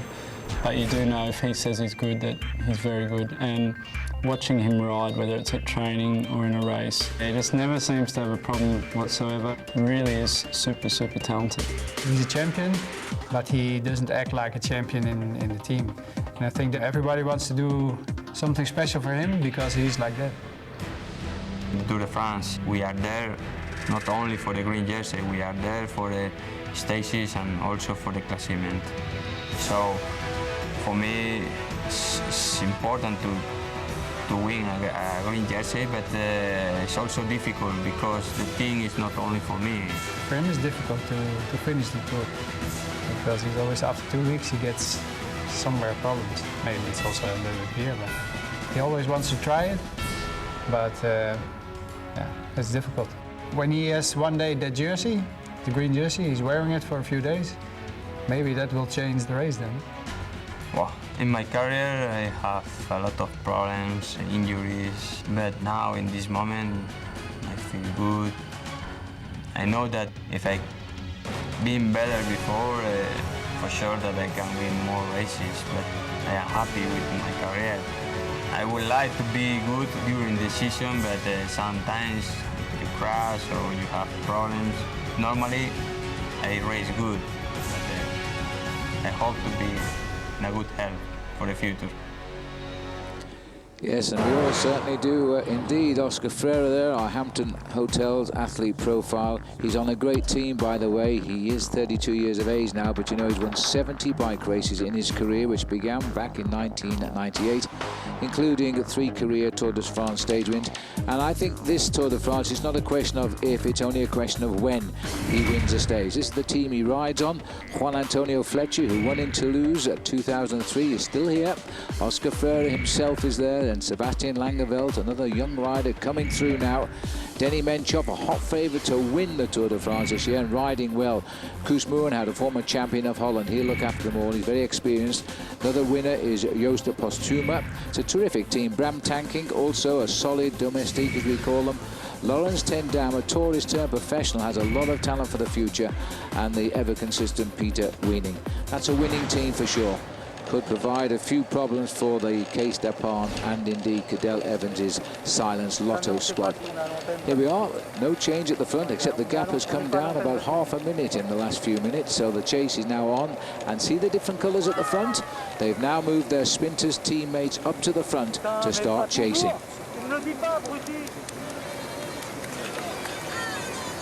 All change at the front now, Paul, as these riders now have asked Team Columbia to step aside and make way for the boys who want to win the stage today.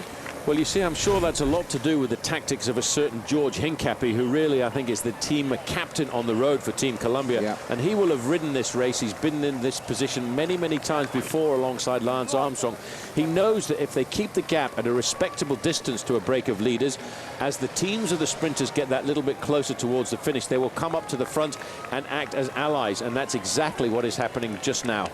Well, depending on the teams who are doing the chasing will be the indication to us as to which teams are planning on winning in the sprint. I see Liquigas have got themselves up to the front there. They do have a very good sprinter in Kiki, but they also have a very good opportunist in Pazzato. And remember, they're in disgrace right now because of what has happened with Tricky Beltran, as we've always known him, and now this week apparently he's given a positive drugs test and has gone. So they've got a lot of face to regain today. Well, the best way to regain that is with a victory, and funnily enough, the French Minister of Sport, Bernard Laporte, is on the race this afternoon, and he grew up here in the town of Gaillac. Now, it may well be famous for its wines, but it's also very famous for its rugby, because Bernard Laporte used to be the French rugby team selector. And a lot of the organisation of the Tour de France are great rugby supporters too, I can tell you that. Well, the helicopter's buzzing around here, and probably some security now for the minister on the race as well. But here's the indication that Thor Hushoff is looking for the win. He's got the boys in green, including just 3 men down, Simon Gerrans. Oscar Freire's got his Rabobank team workers up here as well. And as well, as we noticed a couple of moments ago, the pale green jerseys, the lime green colour of Team Liquigas, they've also got men at the front. This is now, Phil, an ideal situation for Team Columbia. They've set a false tempo on the front of the main field for around about 100 kilometres or so, making sure that that gap didn't get up to 10 or 12 or 15 minutes. It kept that gap within a reasonable distance. It's down to inside 4 now. Inside 4 minutes the gap. See how quickly it starts to descend now. And they are racing to the bad weather, I'm afraid. It's getting no better at the finishing line, so these boys will want to get this over with here. As we go around the ramparts, the battle, everybody, is just about to begin. See you in a moment.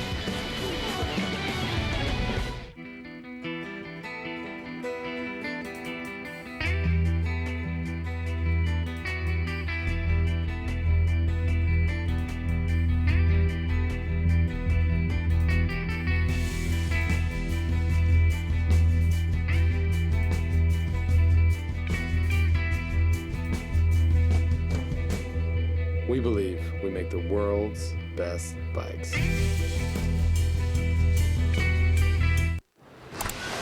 Hi, welcome to Progressive.com. How can I help you? Well, I haven't shopped for car insurance in a while. And you're worried that you've been paying too much, right? Yeah. So how can I know I'm getting a good deal? We can compare your Progressive Direct rate with other top companies. Wow. Seriously? Yeah. Look at the deal we just got him. That's a new pair of shoes. Yeah, or a big tricked out name tag. Making sure you get a great deal. Now that's Progressive. Call or click today.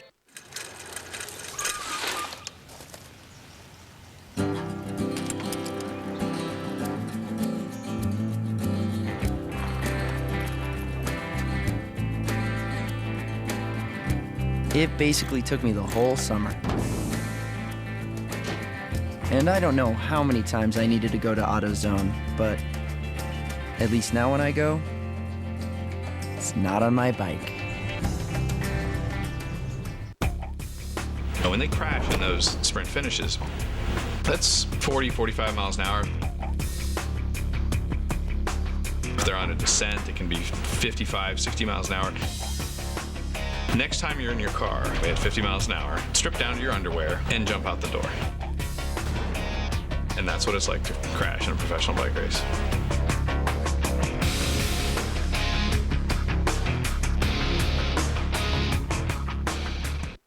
When your engine's running clean, you feel it.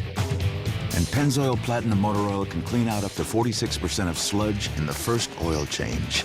Our ultimate clean for your ultimate feeling. Not just oil, Pennzoil. My grandma is like a superhero. Her superpower is giving. I think we all have something to give. Time. Money. Knowledge. No matter how you contribute, AARP makes giving back easy and rewarding. Learn more at the new AARP.org.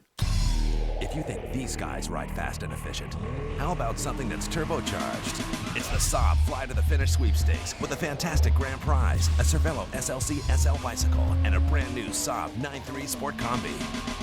Watch the Tour de France every day on Versus and look for the on-screen code. Then log on to versus.com/fly to the finish to enter. Because if you don't try, you can't fly. The Saab Fly to the Finish sweepstakes brought to you by Saab, Cervelo, and Bicycling Magazine. And watch the tour only on Versus.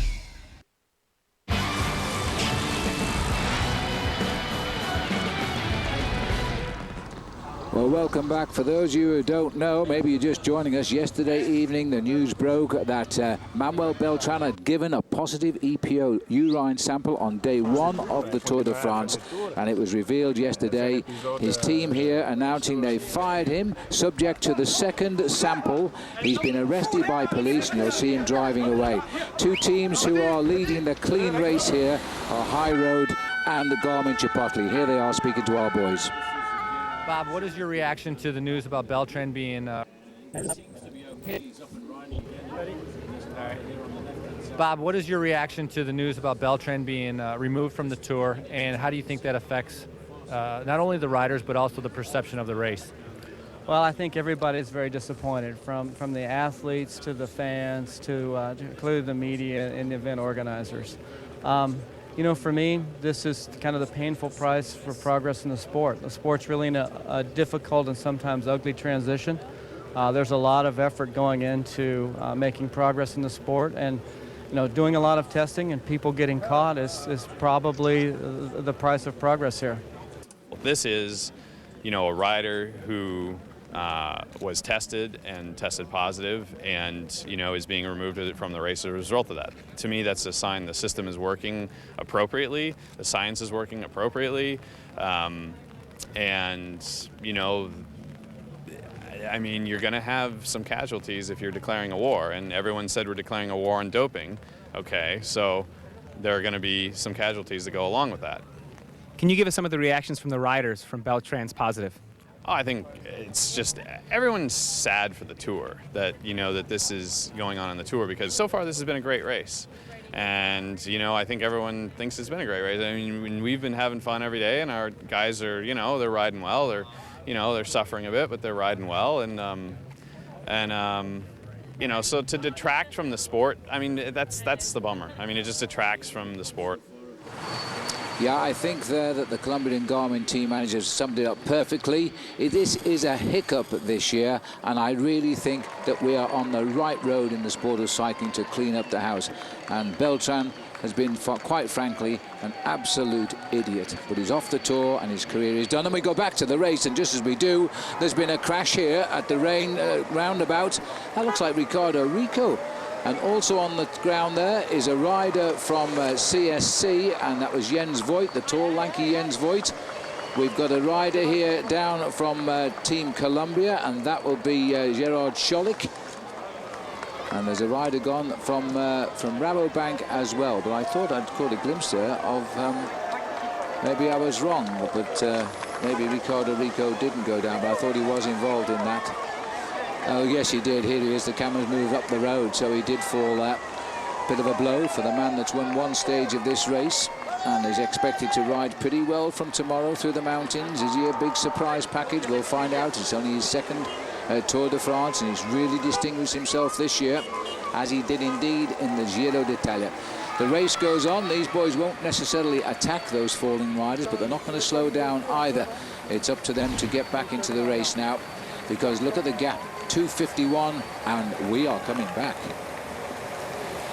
It's a shame when a crash disrupts things like that, Paul. We've lost some good names back there, and they're going to be left to chase now, because this peloton is not going to slow. Well, they won't slow down at all now, because the chase is on at 49 kilometres to go. The riders at the front, as you see here, Ricardo Rico at the back there with his team manager. He really went down very hard, and you know, on a day like this, when you go through some of these villages and those white pedestrian crossings, it's almost like an ice rink. If you catch it wrong, you can be the best bike handler in the world, but you cannot correct a slip on one of those. No, smooth paint, and you're down. The only good news is you don't usually hurt yourself unless you hit something, because you slide a lot in wet conditions. But sorry about these picture breakups. It's the trees here, the plane trees, which are causing the problems. Well, Ricardo Rico at the Arrière de la Course is a long way off the back of the convoy. Now, that is bad news for this man, because he'll find himself losing a huge chunk of time. And sorry again about the picture breakup, but the weather conditions are really not being clement with us. Look at the spray over the heads of the riders there. And here now we're seeing lots of riders trying to get back on terms. This is René Porriol. He must have gone down. No, he's at the front. He's riding. He's bringing the race through here in the hope they can do something. Simon Gerrans is in second place there. And it's not surprising these riders now are trying to bring this breakaway back quickly. But the gap is at 2:51, so it's hovering. Well, there are 3 different teams are prepared to come to the front end of the main field now, and that's an indication of which sprinters want to try and duke it out down towards the end. Frederick Willems was the man at the front there for Team Liquigas. This is the tough side of the Tour de France. So, you know, you've got to get up, you've got to finish every stage, and you've got to finish inside of the elimination time. This man today is learning how hard the Tour is.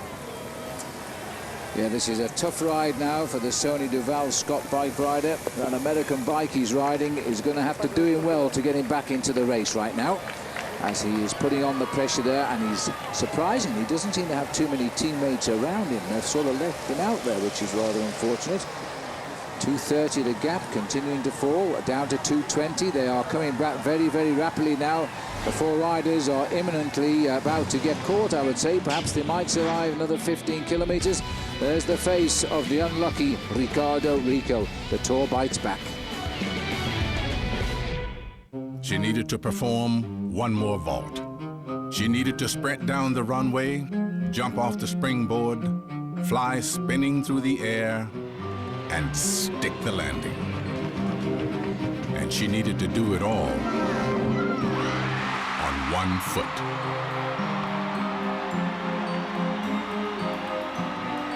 Visa, proud sponsor of the Olympic Games, and the only card accepted there. What would you do if I sang out of tune? Would you stand up and walk out on me? Lend me your ears and I'll sing you a song, and I'll try not to sing out of key. Oh, I get by with a little help from my friends. Yeah, I'm gonna try with a little help from my friends. Oh, I get by with a little help from my friends, with a little help from my friends. At Hampton, we love having you here. You play with knives, you get cut. A celebration of the toughest sports and the athletes who endure them. Versus red, white, black, and blue summer.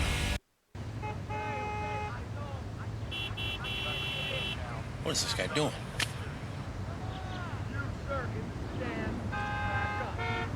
I can't get through the gate. The gate is narrow. Whoa! Just back up, I'm stuck! Toyota has more cars with an EPA highway estimate over 30 miles per gallon than any other car company on the road today.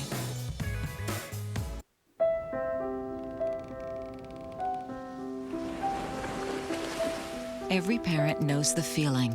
You look away, and your child is gone. Imagine if he or she were actually abducted. Sign up at wirelessamberAlerts.org to get free Amber Alert text messages on your cell phone. If you did help an abducted child get home, just imagine what his parents would be feeling. Wireless Amber Alerts. A child is calling for help. You can defend that belt.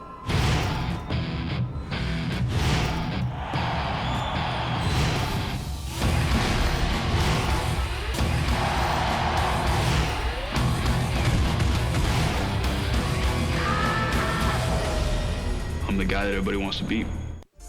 There we are, another beautiful picture from our Trek aerial view here. Not as nice as we've had all week because the rain is turning quite strong now. We're looking up the River Tarn. It's a river that's nearly 300 miles long. But today, I'm afraid, it's bringing with it an awful lot of rain. Well, as we look there, Paul, around the area of the Tarn, and I tell you, it's a beautiful day normally in the summer here, but today the weather, and just looking out the window here, the weather is unbelievable at the finish. It's horrible. I'm glad I'm not racing today because I tell you one thing, the weather conditions have made it a very difficult day. No chance to recuperate at all from yesterday's stage, which I have to say was a difficult stage as well. Yes. And that's the hard thing that's going to be going into the mountains. Difficult day as well, Phil, I've got to say, for Ricardo Rico, although he's not doing too bad a job. At one moment, he was around about 2 minutes behind the peloton. Yeah. Now he's pulled himself back to around about the minute mark. That's amazing. He has to be courageous. He has to dig deep into his reserves and fight with his teammates to try and stay in contact with the bunch. He's got about 47 seconds to make up to catch that peloton. Well done, Ricardo Rico. Is he going to do it? He's in amongst the cars now, which is very special. His helpers here, the guys that the manager sent back to try and pace him back, are under pressure because he's going so strongly. He's so anxious, and there's been a problem with the Rabobank rider there, must have a flat tire as well. He must be off and running somewhere just ahead, which means these boys can get in with him. They've got a chance of going. There he is, just up the road. That's more firepower for these boys. Well, the fact that he's got himself into the team cars now, Phil, is an indicator that he's got himself to the back end of the race. I reckon very shortly he'll be back in the bunch.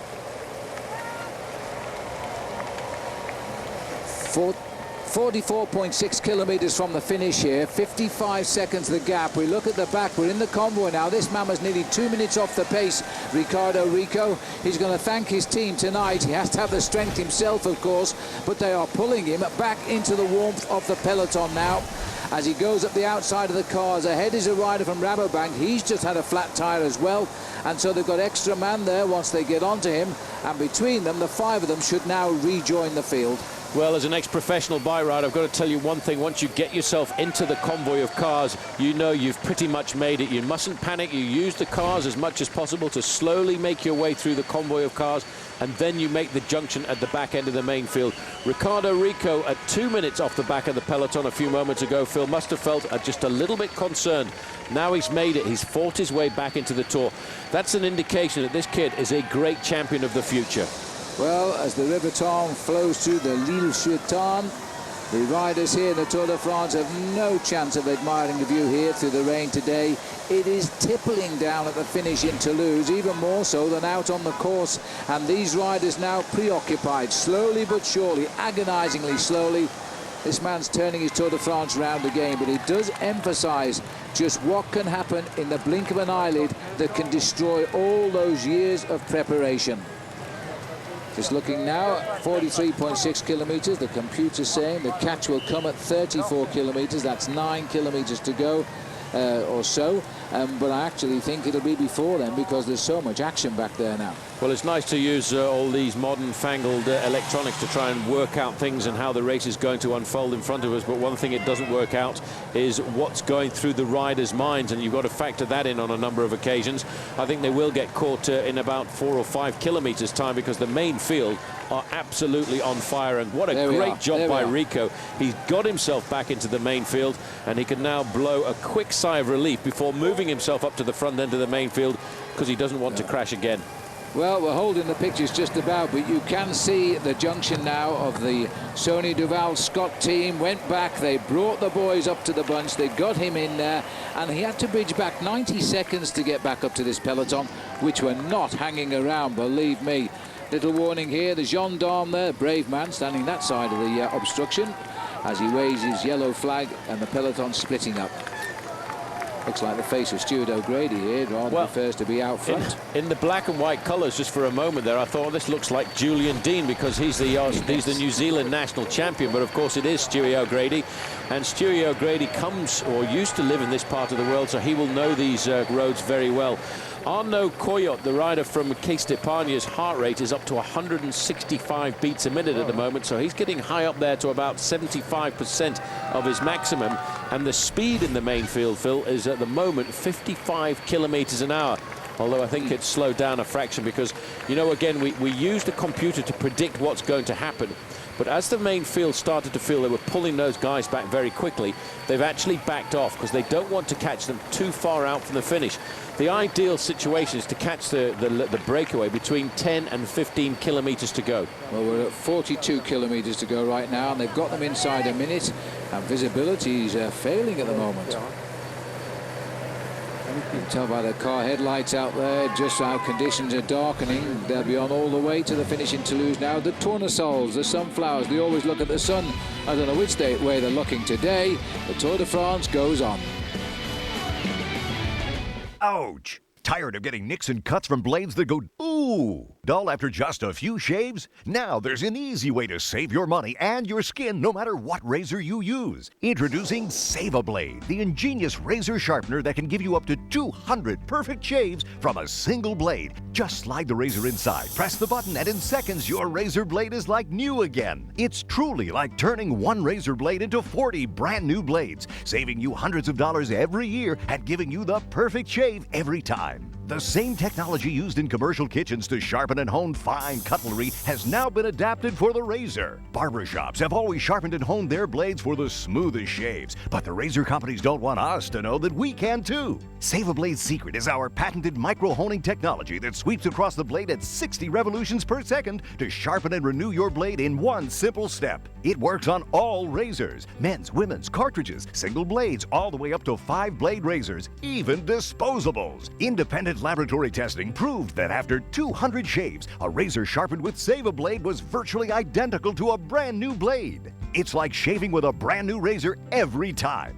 So why put up with the nicks and cuts from dull blades or spend extra money on those replacement blades that are so expensive when you can save your money and get a better shave with Save-A-Blade? As an added bonus, you'll also receive our deluxe His and Hers 18-piece grooming kit. It includes every grooming tool you need to always look your best. A $20 value, yours free. That's right, you get the Save-A-Blade razor sharpener and our deluxe 18-piece grooming kit, a $50 value for only $19.99. But wait, call now and get our $5 rebate offer. And get all this for only $14.99. Call 1-800-676-7910 to order Save-A-Blade for $14.99 plus shipping and handling after $5 mail-in rebate. Or send check or money order to the address on your screen. That's 1-800-676-7910. When they crash in those sprint finishes, that's 40, 45 miles an hour. If they're on a descent, it can be 55, 60 miles an hour. Next time you're in your car at 50 miles an hour, strip down to your underwear and jump out the door. And that's what it's like to crash in a professional bike race.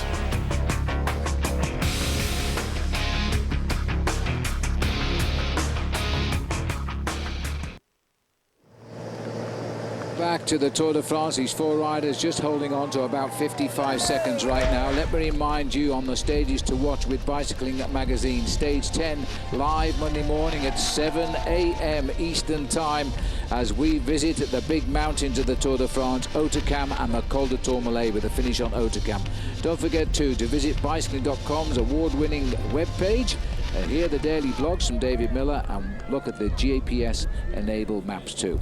That's Bicycling Magazine's stage to watch, and it is Monday. That's the next big rendezvous, I suspect, for the big boys in the Tour de France. As the lights are now on, the visibility is getting darker here. These four riders have got 55 seconds. They've been pegged again. by this bunch that seems to be like a computer sometimes.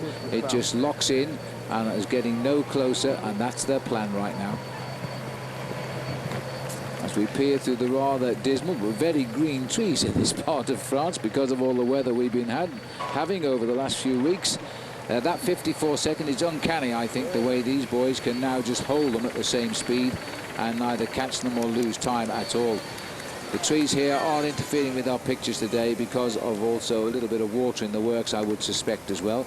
Watching there, the Case de Pan riders of Alejandro Valverde have moved to the front. This is often a safety move as well, to stay away from a touch of wheels in the centre of that peloton. Looking down, I'm sure if we look hard enough, we'll find Cadel Evans. In fact, I can see him. He's also up here. Well, he needs to ride at the front end of the main field. Around about 41.5 kilometres an hour, the average speed of the race of 25.5 miles an hour. And it's been fairly rapid, really, because for the most of the day, the riders have been looking at a fairly front to cross headwind at around about 15 to 20 kilometres an hour. The four leaders now, Phil, I think they know that they're going to get caught, but the question is to them, when are they going to get caught? And although our little onboard computer predicted a catch at 28 kilometres to go, the thing it didn't factor in was the change in tactics of the sprinters.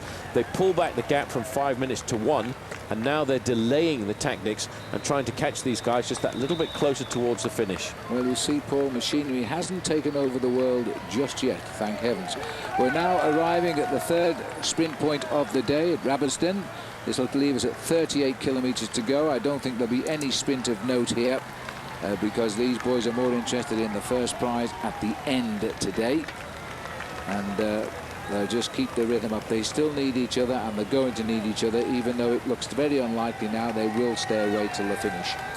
Well, just to recap a fraction as well, when you come to these sprint points out on the open road, there are prizes, there are money prizes as well for the riders to cross the line. And I did the quick calculation with the current exchange rate of the euro to the US dollar. It's $1,250 for the first rider to cross the line, and that, by the way, is US dollars, and that's about parity with almost every other dollar, like the Canadian and the New Zealand and the Australian dollar these days. And about £600, I guess, because the dollar's collapsed against the British pound, I'm sad to say, but there we are. We're looking at the four riders here up front, 49 seconds. Chiruka. And let me just have a look at the results so far. They haven't let Chiruka win anything yet, so maybe he'll be the boy who'll be given the first prize here across the line. That'll be interesting to watch at least, as we now race into the town of Rabastens. And this is the Église Notre-Dame de Bourg. You must know something about that, Paul. Everybody knows about that one. Well, everybody knows about this church here. The Church of Notre-Dame de Bourg is one of UNESCO's World Heritage Sites. In fact, it's on the route of St. James of Compostela, which, as we all know, is in the northern part of Spain, not far from Oviedo. I just knew you would know something about that. That's brilliant. Oh, that's fine. And in fact, it was built after the Crusades had gone through this area on the way to the Crusades between 1235 and 1270. All right, well, don't go on now. Okay, fine. That was excellent. There's a lovely aqueduct there, viaduct rather, over the River Tarn as we continue. We're racing right to the centre here of Rabastens. Then it was just 38 kilometres to go. Currently lost all of the riders just down there, but that is where the sprint point is. As the leaders go through and turn to the right, and we didn't see it, but there it is. And they didn't let Chiruka win that one either. Lefebvre's got his 5th award of the day as he goes through there in first place. But what is happening now is the main field is starting to get very nervous, especially with the fact, Phil, that they know they're coming into a pretty complicated city of Toulouse. As you said, this is going to be the 26th arrival of a stage of the Tour de France here in the city. Last time the race was dominated by a breakaway situation, but the weather conditions were not like this. And the main field, once they come charging into town, will have to try and keep themselves upright, because the sprinters will take all kinds of risks to get a victory here this afternoon, because they know for the next 3 stages, although we've got a rest day in between the Pyrenean stages, the next 3 stages are not one for the sprinters. News on the blackboard, just about readable. 50 seconds, but it's taken that man too long to get up here. The official gap is now already 45 seconds. So they're beginning to get to the point now where they're going to see them. And I suspect by about 25 kilometres they will be back in the peloton, leaving the riders a little bit of time on good roads, albeit wet roads, to organise the ride into Toulouse Centre.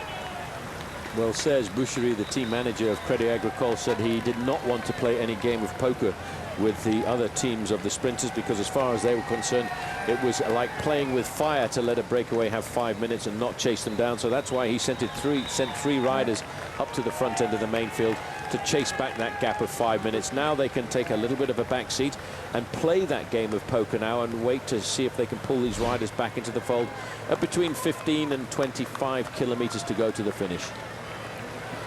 Two riders in the same team here in the blue jersey of Bouygues Telecom.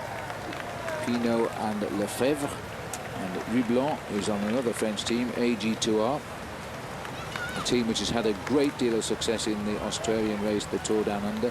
They've won it more times than any other team, and that race is now in its 11th year. And in the orange there is Zaruka, a rider we often talk about, but we've never seen him first over the finishing line of a race. He was 23rd overall in the Tour de France and voted the most aggressive rider in the Tour de France last year, but he's still to win his first professional race. And just as an explanation, by the way, the most aggressive rider is an award which is voted for by a panel of journalists and ex-professional cyclists, and one of the ex-professional cyclists that sits on that panel is none other than the 5-time Tour de France winner Bernard Hinault. So I think he knows exactly how to decide who's been aggressive during the Tour de France. Yes, as we've already seen him push a demonstrator off the finish podium this week. This is Life back at the team car. Now this is actually the doctor's car now, so Rico, having established himself back in the pelotons, decided to check in now and get his wounds cleaned up a little bit, because they might be quite dirty in this wet weather. Doesn't want any infection to settle in. It's probably just a bit of road rash, but he's gone to the doctors. This is totally allowed, this, to hold on to the car at this stage, providing it doesn't give him any opportunity to gain time. He can stay there, and so they'll allow him to get his legs cleaned up. Not an easy thing, and you've got to watch out too, because if you make a mistake there, we have seen over the years so many bad crashes when riders have let go of that car at the wrong speed and they've fallen. Well, there's the face of the peloton. There's still the same riders at the front, but they're thinking of their sprinters now. The gap is coming down, 53 seconds, and then we'll be all together. Kenda Tires is giving cycling fans the chance of a lifetime with the Kenda Fantasy Cycling Challenge. Pick your riders, watch the tour, and you could win a trip to the 2009 Tour de France. Kenda, the #1 bicycle tire in North America, also offers high-quality passenger tires and light truck tires that are both reliable and affordable, which is why so many people trust Kenda Tires, no matter what they're driving. For more information about Kenda Tires and to find a dealer near you, visit KendaTiresUSA.com. Kenda Tires, performance-minded, value-conscious. For the perfect balance of fuel efficiency and performance, we take energy from exhaust and recycle it. For the perfect balance of fuel efficiency and performance, we take energy from exhaust and recycle it. For the perfect balance of fuel efficiency and performance, we take energy from exhaust and recycle it. Turning repetition into joy. The efficient performance of the Saab Turbo. Do you dread giving your dog a bath as much as your dog dreads getting one? Wish there was a faster, easier way without all the mess and stress? Introducing the Rapid Bath Pet Bathing System, the all-in-one wet, wash, and rinse pet bathing solution. The Rapid Bath System's patented Inject Air technology deep cleans with a relaxing massage action that penetrates all the way through the undercoat, cutting bath time to a fast and efficient 3 minutes. Now is the perfect time to pick up your complete Rapid Bath Pet Bathing System, available at PetSmart today. Now you can control this with this. Introducing Mask from Estes. Motion Auto Sensing Control. A revolutionary breakthrough in RC technology. It will change the way you fly forever. Mask puts you in the pilot seat. It's like the plane is an extension of your hand. Bank left. Turn right. Squeeze the trigger and fly higher. Scale speeds up to 500 miles per hour. Climb, dive, fly the Viper and Xenox with incredible precision. And for ultimate indoor action, pilot the Micro Tiger Heli and stalk your prey. Indoors, outdoors. Mask only from Estes, the ultimate in RC flying. Mask your move and float your friends away. The Viper, Xenox, and the Micro Tiger Heli come with a revolutionary Mask controller. Built-in charger needs no electricity. To find out more about the Mask Viper, Xenox, and Micro Tiger Heli, you can visit estesmask.com or go to your favorite store. Each plane sold separately, batteries not included. Mask from Estes. Join the revolution.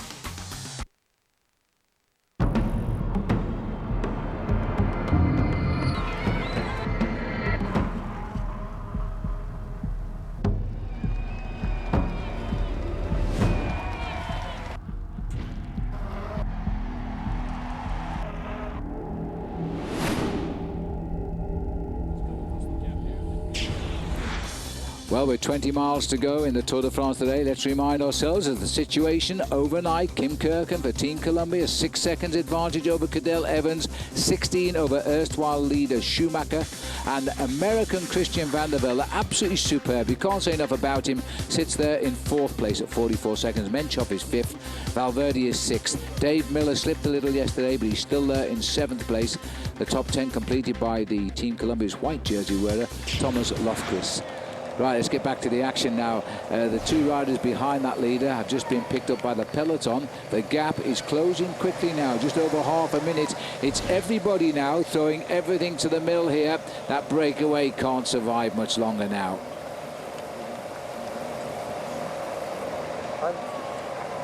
This reminds me, except the weather conditions aren't quite the same now, Paul, 2003, when just about everybody is having a little dig at the front. That breakaway has got to come back soon.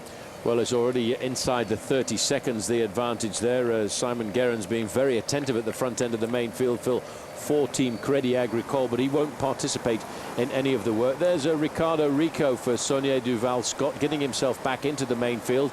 But he is at the moment at the wrong end of the main field, because I have a feeling it's going to be a little bit of a treacherous run into the finish here with these weather conditions. He doesn't look at all happy there. I think he's been demoralised by that fall, but he looks okay and he's got back in. He'll just keep his nose clean and look forward to the showers. I don't think we're going to see Ricardo Rico pushing the pace too much at the front.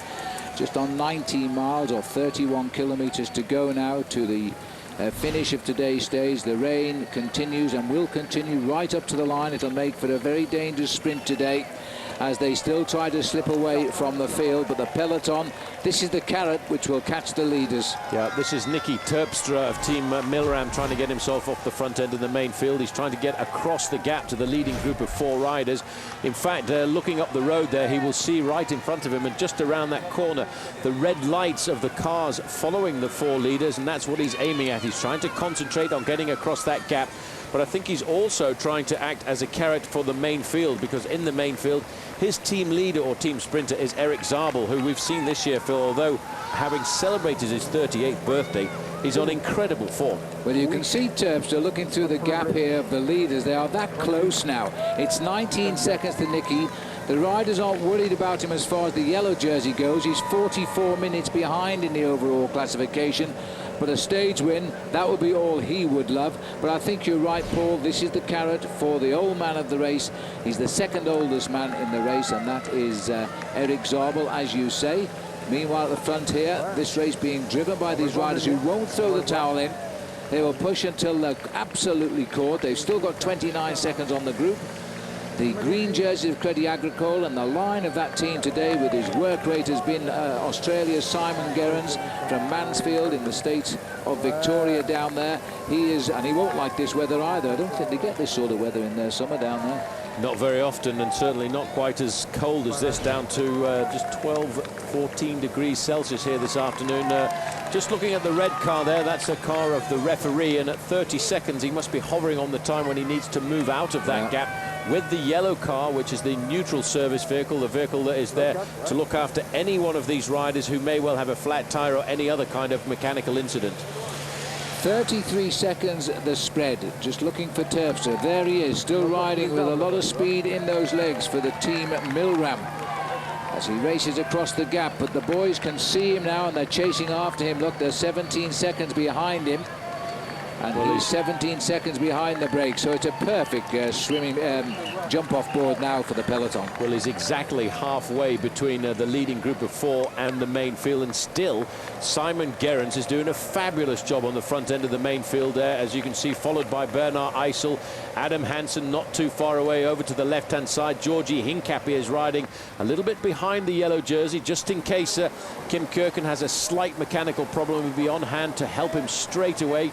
Over on the right-hand side, you can start to see the riders from Team CSC queuing up. And CSC, by the way, we haven't actually seen the yellow numbers of Team CSC this afternoon, but they are the leaders of the best team in this bike race so far. But the numbers, unfortunately, because of the weather conditions, have been covered up. Well, let's hope they uncover them for the commentators in the finish. But that was Stuart O'Grady off to the right there, who was also paying attention. Such an unfair world, isn't it, really? They've just left poor old Simon Gerrans.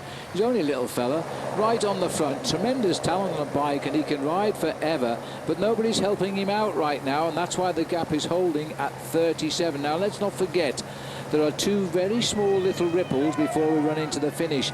They're not going to break your legs off, but at these sort of speeds, they could be a perfect springboard for the riders to go for gold. And I'm sure Stuart O'Grady, for one, Phil, knows exactly how they are. Yep. 27.6 kilometres left to go, 35 seconds, so we're getting no closer yet again now. They've left all of the work to Simon as they start to reshape at the front, though. Here comes the next surge now as we go underneath the trees here. They've seen the Tour de France come down this lane a lot of times over the years. We'll be back with it very shortly.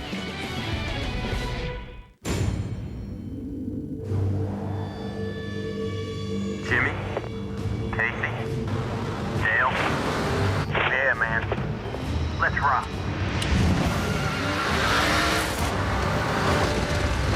When you're Hendrick Motorsports, every race is a battle.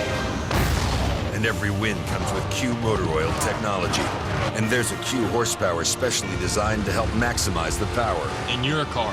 Unleash all your horses. Hi, welcome to Progressive.com. How can I help you? Well, I haven't shopped for car insurance in a while. And you're worried that you've been paying too much, right? Yeah.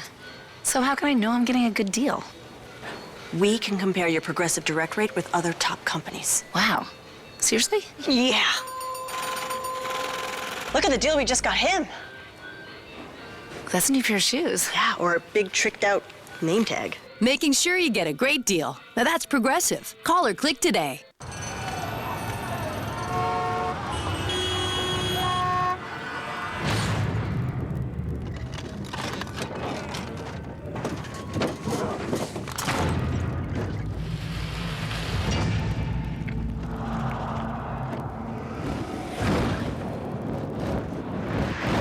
Free yourself from 4 doors, 4 wheels, $4 a gallon. Freedom. It's a Honda. You're not a true champion until you can defend that belt.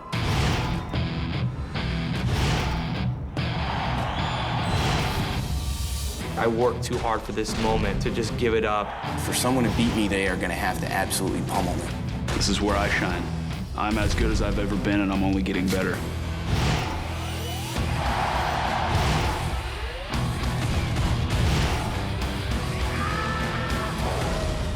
I'm the guy that everybody wants to beat.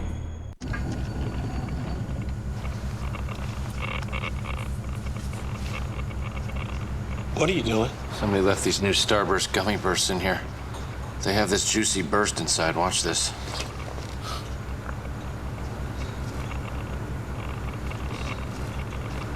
We have to get in there.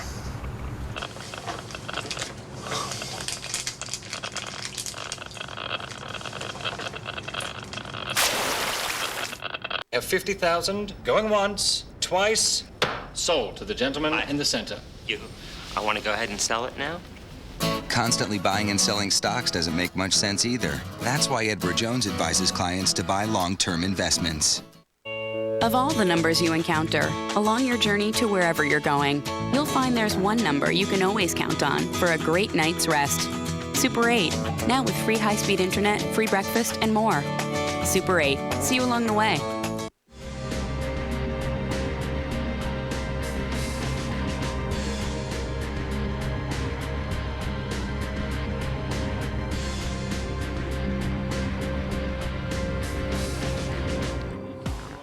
Yeah, so back on the road of the Tour de France. This is how it's all shaped up today on stage here. The 39 kilometres, Laurent Lefebvre was away on his own. He still is as we speak.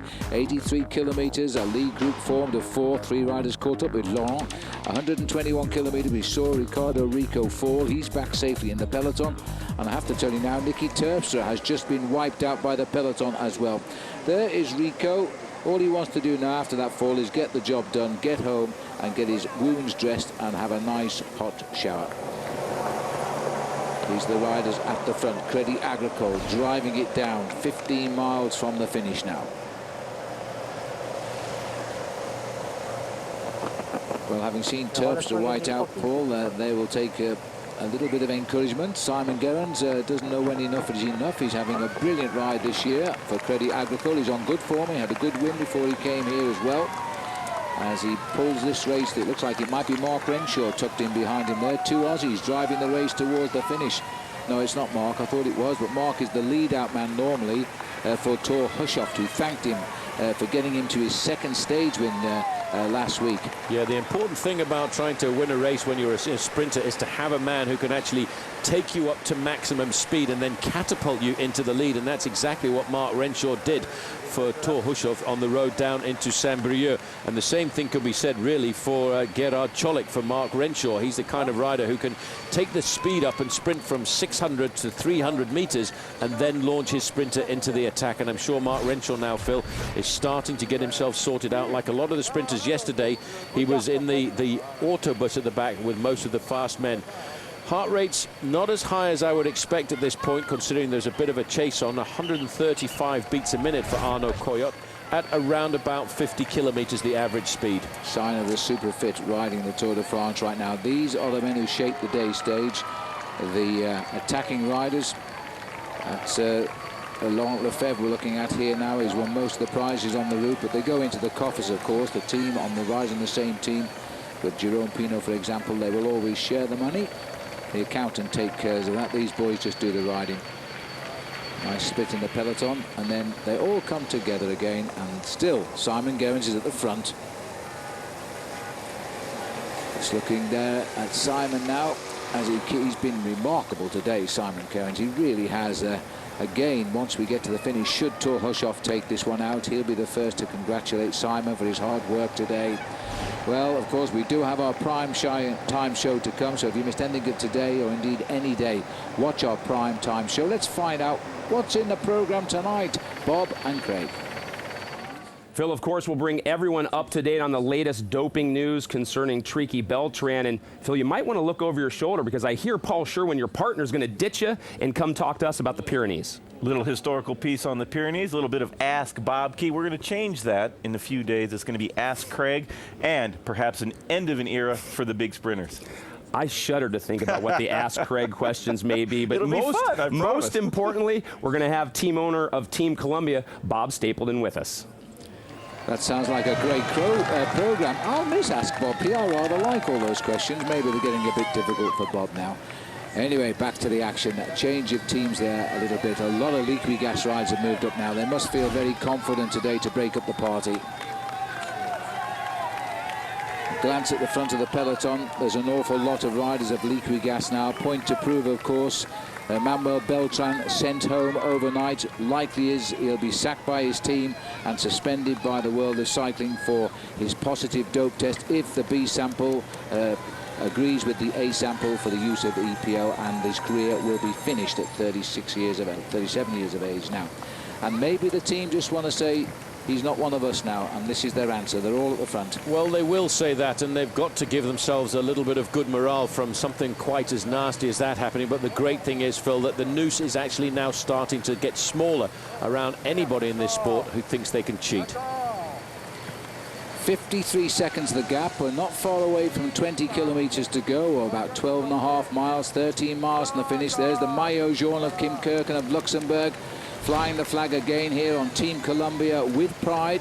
The new American team that has found itself a great deal of strength in this opening week. These are the four riders, as always with the stage of the Tour de France. They deserve to win the day. But as the Tour de France will tell you, they rarely do, because the peloton always want the final word. Well, they dominated this race in the early part and built their lead up to a maximum of 5 minutes over the front end of the main field, but that gap was pegged at 5 minutes, really, Phil, by the work done by Team Columbia, and that was tactically done on purpose, because as long as Team Columbia could keep that gap at 5 minutes, they knew that as they got closer to the finish line, the teams of the sprinters would take over the pace-making, and that's exactly what's unfolding here. Liquigas looks strong today.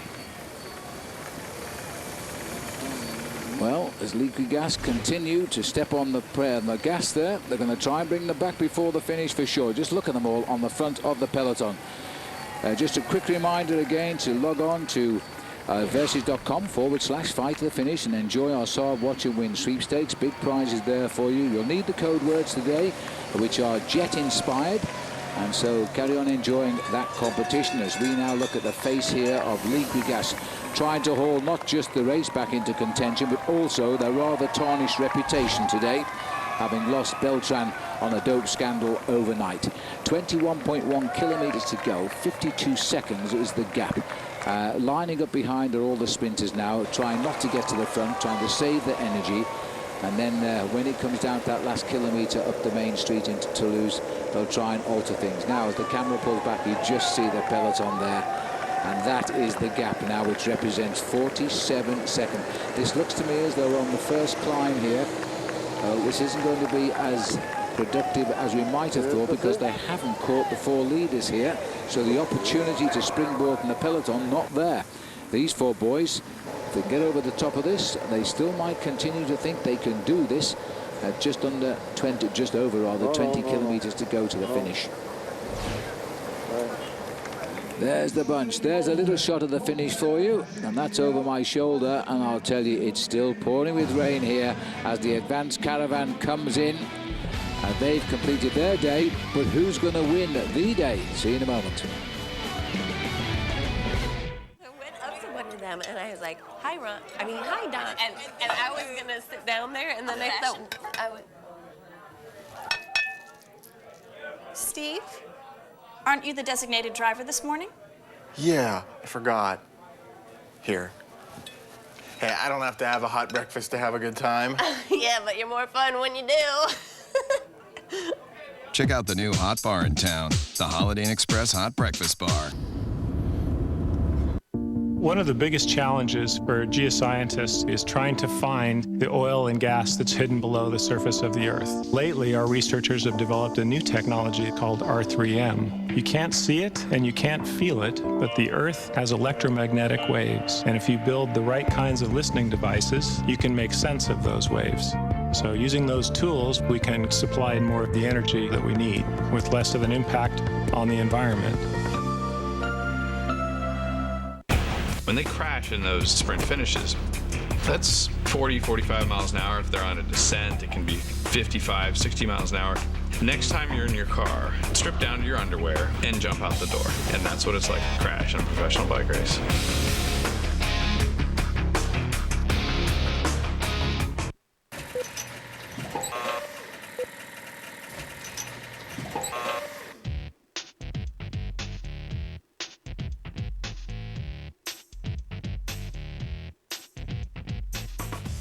Medical Center is dedicated to employee and patient satisfaction.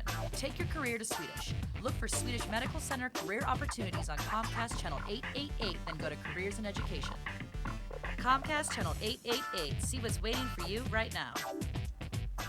Please join Red Creek Land Company on Saturday, July 19th for our model home grand opening at Twin Butte Estates in beautiful Beulah, Colorado. We'll have a barbecue, raffles, and prizes, and showcase our new model home built by High Plains Homes. Convenient to Pueblo, Twin Butte Estates offers gorgeous 5-acre home sites for just $59.9, with 1,100 acres of pristine open space, rock canyons, and wildflower meadows. Don't miss the Twin Butte Estates model home grand opening Saturday, July 19th. Call 1-866-OWN-LAND for more info today. Call now. You play with knives, you get cut. A celebration of the toughest sports and the athletes who endure them. Versus Red, White, Black, and Blue Summer. We're back with the Tour de France. We're back with our Kenda Fantasy Cycling Challenge. You can be the director of your own fantasy cycling team here. On you go now to versus.com/Kenda and design your own team from the Tour de France rides and enjoy watching the results and see how they get on. It's fun, it's free, and there are quite literally tens of thousands of you taking part. Back to the race here, and these 4 riders are here. We've just seen a puncture, by the way, to the sprinter of Team Cofidis, Leonardo Duque. And that was a big blow to them. He's still trying to get back through the field, but that'll blunt his sprint for the finish, I'm sure of that. These are the 4 leaders, still clear. 47 seconds. Boy, they are making a meal of this one. I'm beginning to think they're making our computer look rather good.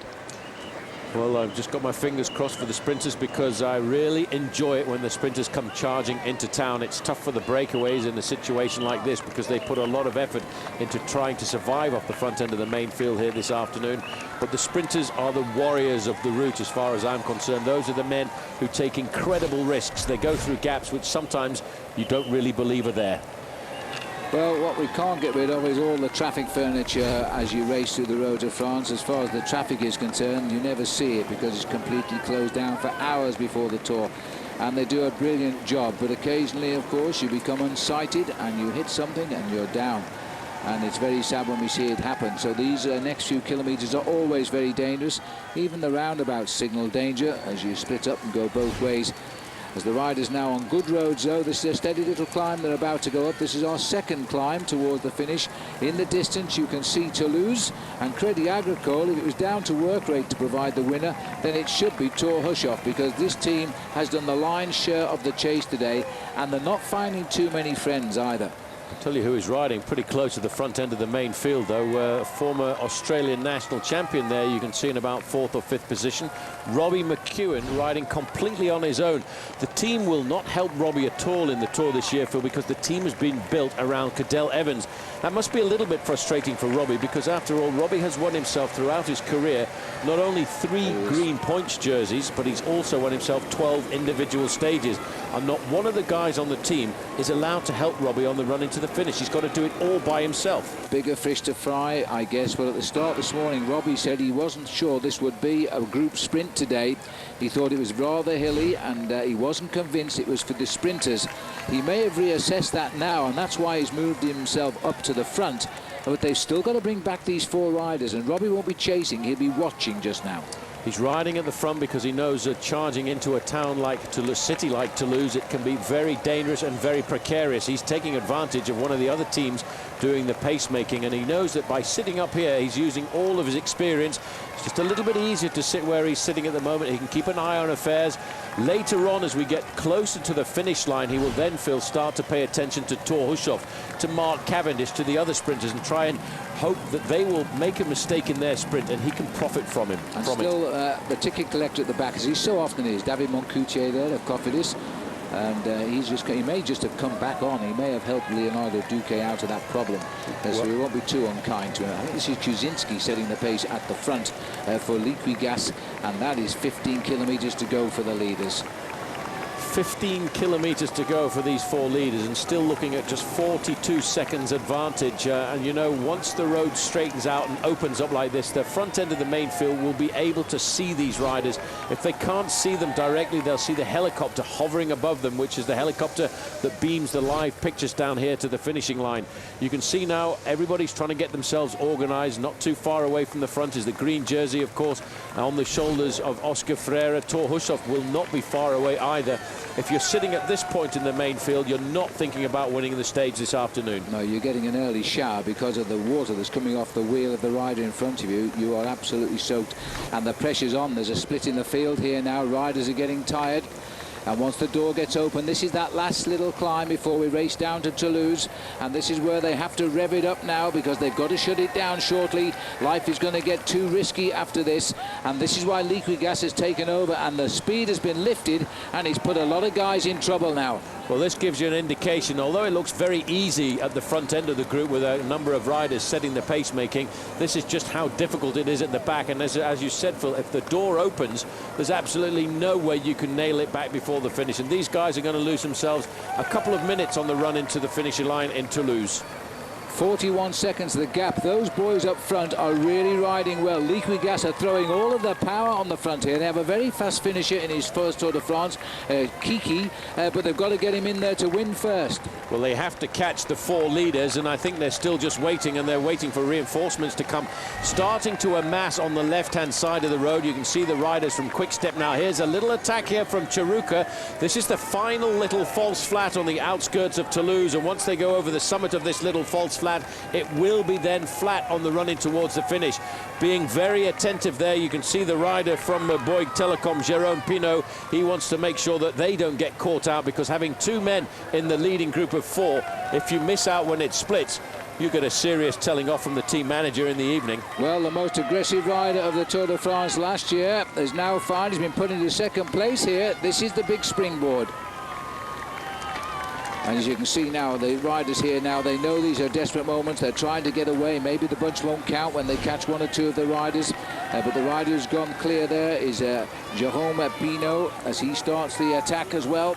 That's hurt Reblon. He's going to go back now. Chiruca has recovered from his little sprint. He's an exciting rider, this little man from northern Spain. He's only a youngster as well. I'm amazed he's never won a bike race yet. It can't be much longer. I'd like to say it would be today, but I can't see it. But the other boys are in trouble here now. The men from the Italian Liggett squad, they've also slowed down. Well, why we've got a little break in the action, and to avoid them getting any wetter out on the course, let's go to our two men near the finish, Robbie and Frankie. On paper, this looks like a stage for the sprinters. But after being in the start village this morning and talked to some of the fast men, they have no idea what to expect. The final of these races have been so crazy and so wild, they don't think any team can control the final 20K. When they enter town, they have this very, very challenging turn ahead of them. It's very, very wet, there's a lot of paint on the ground, and it goes from a very narrow road to another very narrow road. This could get very dicey. Being in the front of the peloton and staying upright is key. For more on the finish, let's take you to Frankie Andreu.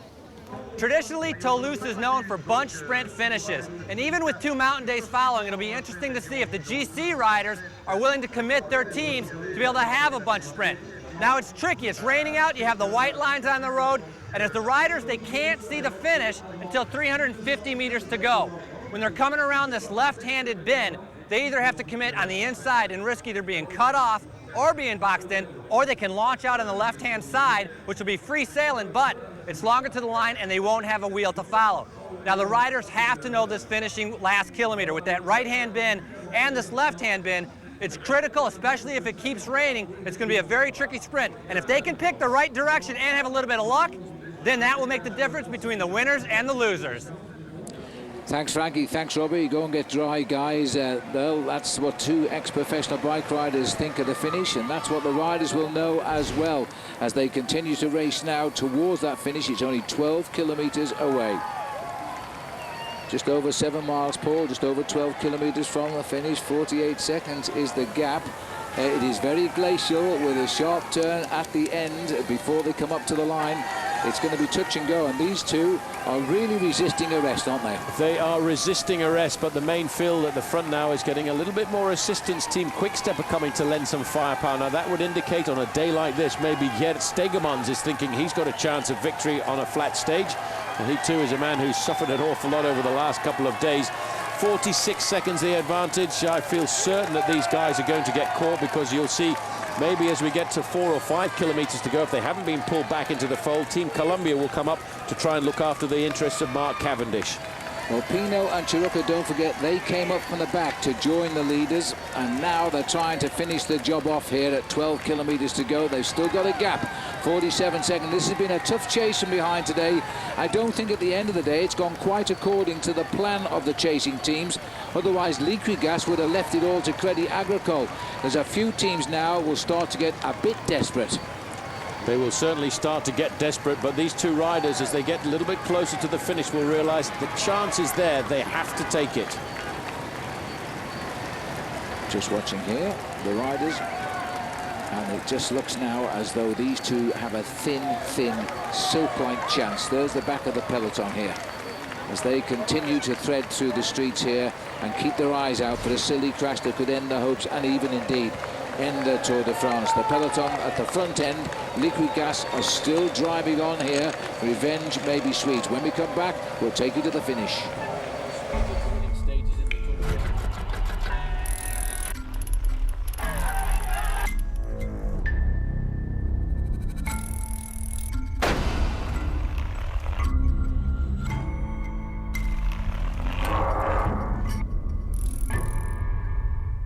What would you do if I sang out of tune? Would you stand up and walk out on me? Lend me your ears and I'll sing you a song, and I'll try not to sing out of key. Oh, I get by with a little help from my friends. Yeah, I'm gonna try with a little help from my friends. Oh, I get by with a little help from my friends, with a little help from my friends. Hampton, we love having you here. Derek Redmond didn't finish in first place in the 1992 400 meter. He didn't finish in second, or third, or fourth. He and his father finished dead last. But he and his father finished. Visa, proud sponsor of the Olympic Games and the only card accepted there.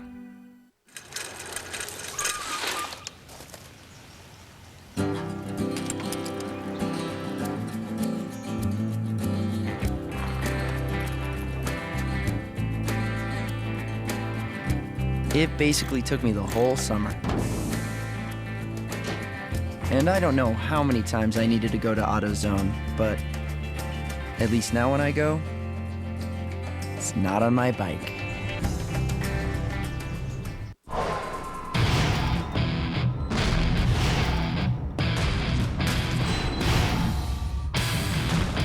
I'm the guy that everybody wants to beat. When they crash in those sprint finishes, that's 40, 45 miles an hour. If they're on a descent, it can be 55, 60 miles an hour. Next time you're in your car, strip down to your underwear and jump out the door. And that's what it's like to crash in a professional bike race.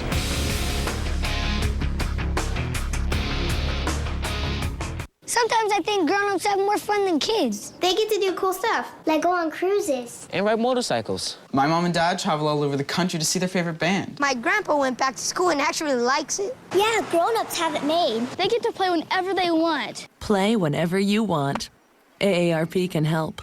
Meet new people, learn new things, explore new places, and more. Join us and celebrate your future and the future of every generation.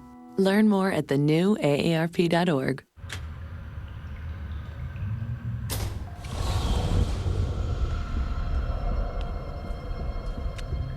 They say I should be afraid because every swimmer in the water is out to get me.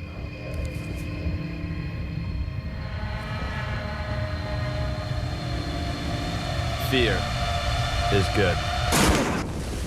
Power Bar. More fuel for more push. Welcome back. It's now a case of swinging in the rain here as these riders charge through towards Toulouse. Zeruka and Pino, the only two survivors of the four men. The other two have just been picked up. The peloton is still being driven on at the moment. Team Columbia have got back to the front, and it's Adam Hansen, their Australian rider, who is doing the driving in that black top. Now, don't forget that if there is an accident in the last 3 kilometers of the race, they have just under 2 miles, those riders who fall will get the same time as the group they are with. And that compares directly with poor old Stefan Schumacher 2 days ago, when that was a mountaintop finish, and thereby that rule did not apply. And indeed, when he crashed, he lost his yellow jersey to Kim Kirken. And that was very sad, I have to say. 145, these two riders, Jérôme Pinault, the other rider is Ahmet Zeruka of Euskaltel Euskadi. It's the first time we've seen a man in an orange jersey on the attack in a week of Tour de Francing, and he is really striving now to try and steal the sprinters' show. Well, don't worry about the orange jerseys, Phil, because they will come out and attack tomorrow and the next day, because they are really the men of the mountains. Ahmet Zeruka this afternoon has tried to be the man of the flats. Look at the concentration on the faces of all of these riders. Now, there's Mark Renshaw over on the left-hand side, the Australian rider. He is the pilot fish for Thor Hushoff. Over on the right-hand side, you can see once every now and again the face of Eric Zabel. He's a very experienced bike rider, 38 years of age, and still a serious competitor. The whole field here now has got their teammates working flat out. They're shouting at one another, almost as friends as well as rivals, to drive this race and close it down, shut down 22 seconds, because they've all got sprinters. Then they'll move aside, and the sprinters will be left to the finish. And this is now a very, very dangerous finish, because the roads are glacial. The finish line is glacial. It's almost a little bit of road surface water down there. It's rained so heavy. Look at the faces. You know you have to keep the pace high. When you get into a situation like this as a team helper, you've just got to hurt your body and know that I keep myself hurting for as long as possible, because I've got a job to do. I've got to pull these two men back into the fold, and then I can relinquish my responsibility, and it's up to the team sprinter to come up with the goods and try and get himself the victory on a stage like this afternoon. And you ride and ride and ride ride your heart out until you can do it no more, and then you peel off the front and allow somebody else to come forward and do exactly the same thing. But they're not pulling these riders back very quickly. It's just 21 seconds. They will get caught, I'm convinced of that, because you can start to see the way these two riders are pedaling. The fatigue is creeping into their bones because of the weather conditions, because of the distance they've been at the front of the race. 6 kilometers to go to the finish, 21 seconds the gap. You've got to take your hats off to these two today. They have ridden absolutely superbly. You can see how fast that bunch is chasing. It's not quite apparent here, yet these boys are riding almost at the same speed. Now, to bring this race back together, it's got to happen. They didn't mean it to be this late. Our computer said the worst time would be 9 kilometers from the finish. That was clearly wrong. It didn't expect these two to show such a resistance. Now, Mark Cavendish, who won the 5th stage of this race at Châteauroux, the British rider, he will now be very anxious. Every sprinter in the Tour de France is right here as we approach the finish. They're all thinking about victory on the stage. That's Mark Cavendish over on the right-hand side there at the end of the 3 riders in the pale blue jerseys of Team Columbia.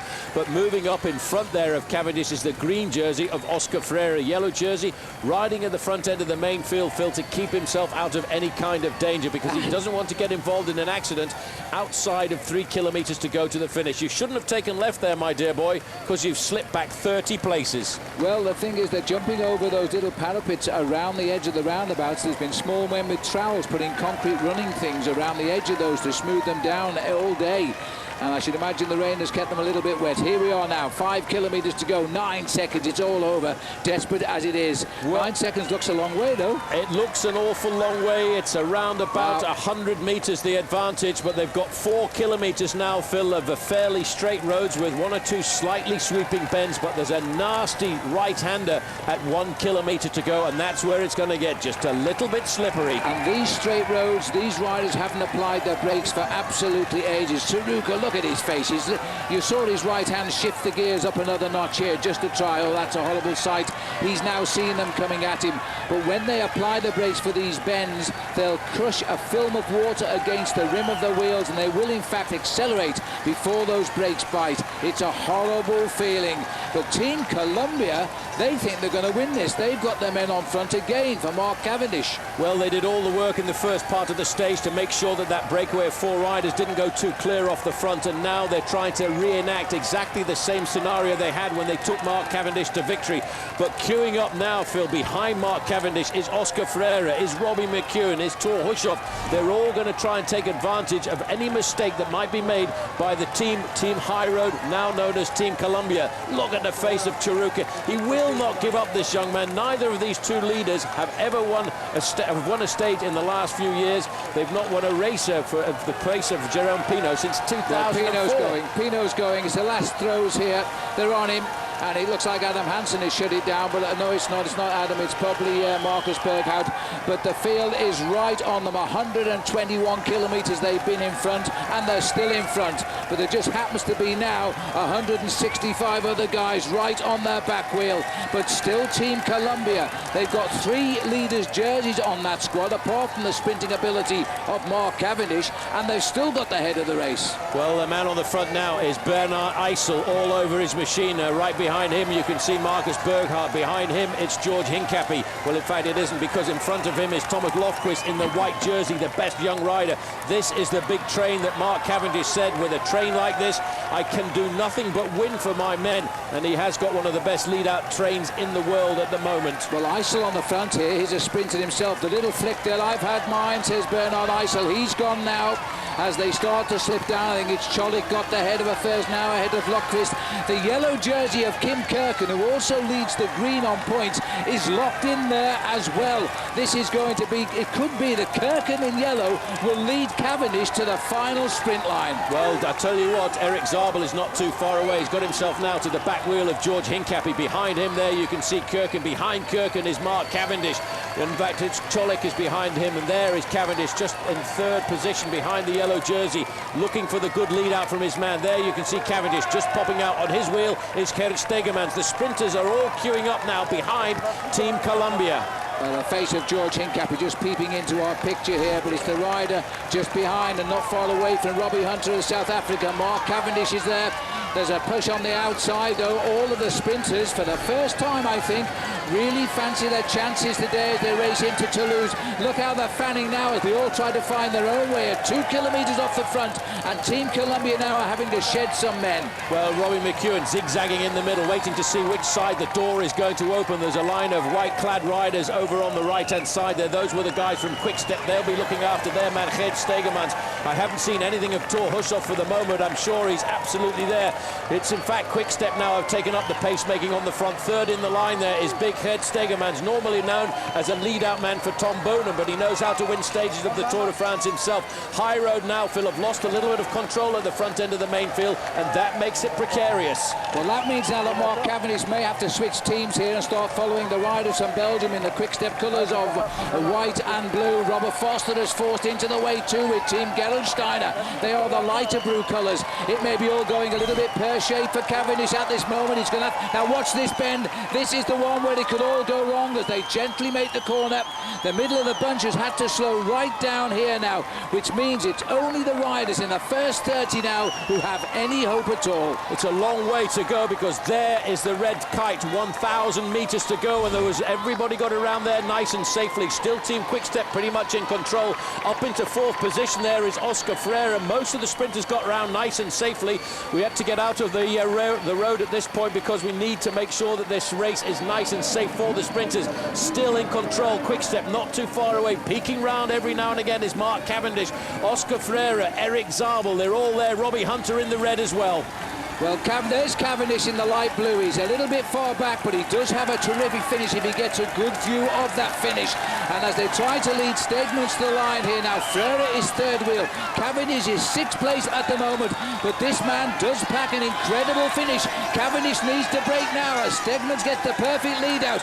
Freire is looking hot. Robbie Hunter coming in the red. Stegmans goes now. Here comes Mark Cavendish. He swings to the left. He kicks. Mark Cavendish so quick over this last distance. As Cavendish races towards the line, he gets it. That is unbelievable. He has got his second win of the Tour de France to equal the two he got in the Giro d'Italia. Well, Mark Cavendish is proving unbeatable at the moment in the results at the end of the sprint. He has got such an incredible turn of speed. His team had complete control until around about 2 kilometres to go, and then they lost control, but he was still able to do it himself. So let's have a look at that again, Paul, because he comes from the far right. He laid back so far off his line there, but just how quick is this kid? That's unbelievable. Just check that out there. Just looking across, you can see Oscar Freire battling to stay up there in contact, and I think it may well be that Team Columbia there, Phil, got first and second, because I think Cholik has gone across the line in second place. Now, that is pretty remarkable. Well, that is remarkable, but I have to say that there is no stopping this young man here. He's ever so casual when you talk to him, but after a lead out like that team gave him, he was not going to let them down. A second stage win for Mark Cavendish. And Jimmy Casper up there as well for France. But look at the face of this young man from the Isle of Man. Remarkable turn of speed, and I don't think anybody can rival this man's speed over the last 50 metres of any race now. Well, that was an incredible sprint by Mark Cavendish. I think it's a 1-2 as well for Team Columbia, rather. I'm pretty sure Gerard Cholik got second, Casper probably third. It was another big result for the team from San Luis Obispo. We'll be back in a moment. For the perfect balance of fuel efficiency and performance, we take energy from exhaust and recycle it. For the perfect balance of fuel efficiency and performance, we take energy from exhaust and recycle it. For the perfect balance of fuel efficiency and performance, we take energy from exhaust and recycle it. Turning repetition into joy. The efficient performance of the Saab Turbo.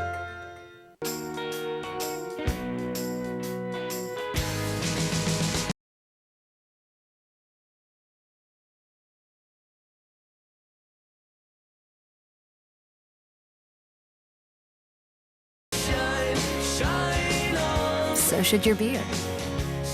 Michelob Ultra, with just 2.6 grams of carbs and 95 calories. It's not just a great tasting choice, it's a smart one. Live life to the ultra. Kenda Tires is giving cycling fans the chance of a lifetime with the Kenda Fantasy Cycling Challenge. Pick your riders, watch the tour, and you could win a trip to the 2009 Tour de France. Kenda, the #1 bicycle tire in North America, also offers high-quality passenger tires and light truck tires that are both reliable and affordable, which is why so many people trust Kenda Tires, no matter what they're driving. For more information about Kenda Tires and to find a dealer near you, visit KendaTiresUSA.com. Kenda Tires, performance-minded, value-conscious. You play with knives, you get cut. A celebration of the toughest sports and the athletes who endure them. Versus red, white, black, and blue summer.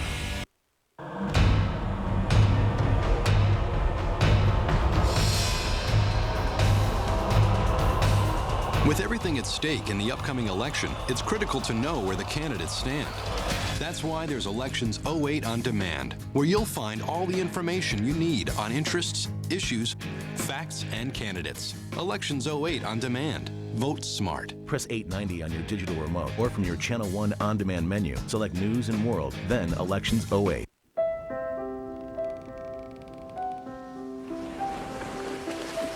Every parent knows the feeling. You look away, and your child is gone. Imagine if he or she were actually abducted.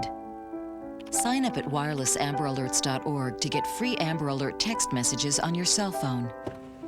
If you did help an abducted child get home, just imagine what his parents would be feeling. Wireless Amber Alerts. A child is calling for help.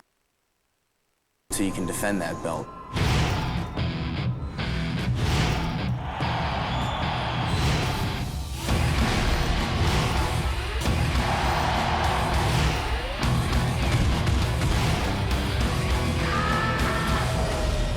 I'm the guy that everybody wants to beat. The 2008 Tour de France on Versus is brought to you by Saab and the legendary 9.3 Turbo. Saab, born from jets. And by Michelob Ultra. Live life to the ultra. Race it was today, and Mark Cavendish flies the flag high for the US of A and Team Columbia again with his second stage win, adding to his win at Châteauroux. He is a pure sprinter, and he's shown us that today. A 1-2, in fact, it was for Team Columbia. Let's have a look at our Farmers Insurance moment of the day. And what else could it be but the terrific finish and the great work done by Team Columbia. And then they let Mark Cavendish go for the line. Right on his wheel was Gerard Cholik, and the result was Team Columbia first and second as they arrived with the Tour de France in Toulouse today. And there's the hugs and the kisses all around. Thomas Longquist there, who's in a white jersey, did so much good work in that last 2 kilometres to pave the way, and so too George Hincapie. Job done. That was our Farmers Insurance moment of the day. And Team Columbia start the second week of the Tour de France and still can't do anything wrong. Long may it continue. There's the stage results then. Just over 4 hours for Mark Cavendish today to ride 127 miles.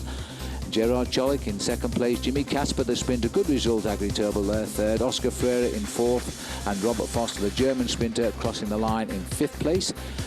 Eric Zabel still well up in the sprint in sixth. Stegmans, who thought he had that, he certainly delivered to the line by his team but fell back to seventh. Sebastian Chavanel, the Français de Jeux sprinter, eighth. Thor Hushoff only ninth, not a good result for Thor that. Robbie Hunter of South Africa completing the top 10 of sprinters.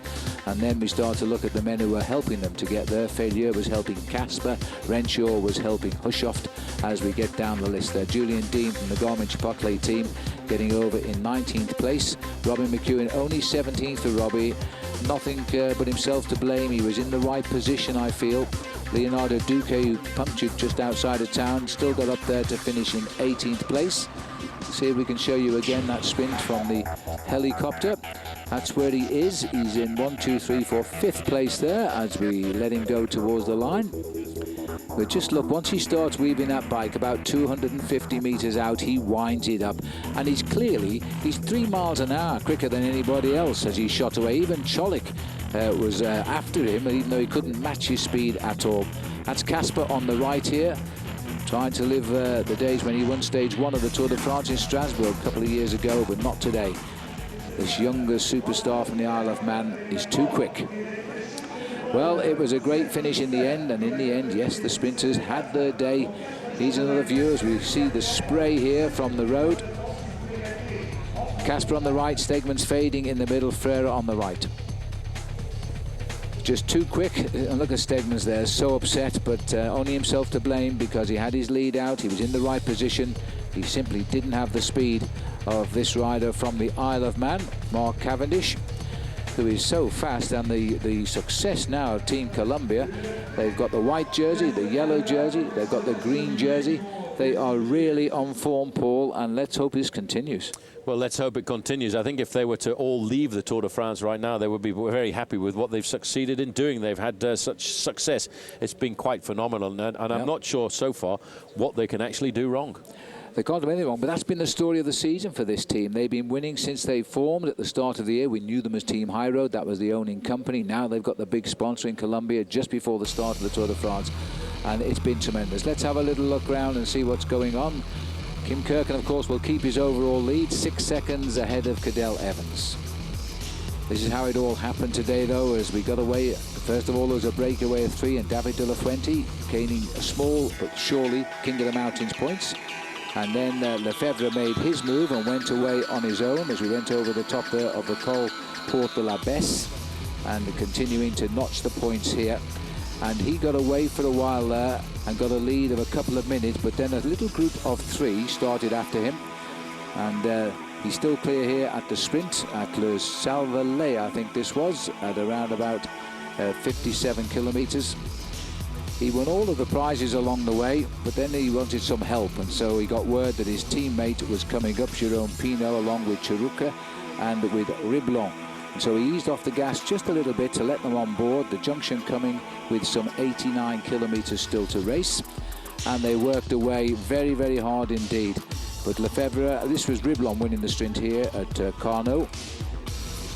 And then we had a little problem at the back, and Paulo Ricardo Rico crashed. He had to work very hard. At one stage, he was nearly 2 minutes behind the peloton, but he bridged the gap and he got back. The last sprint of the day at Rabaston was won there by Lefebvre ahead of Churka and Pinot. And then it was eyes down for the win.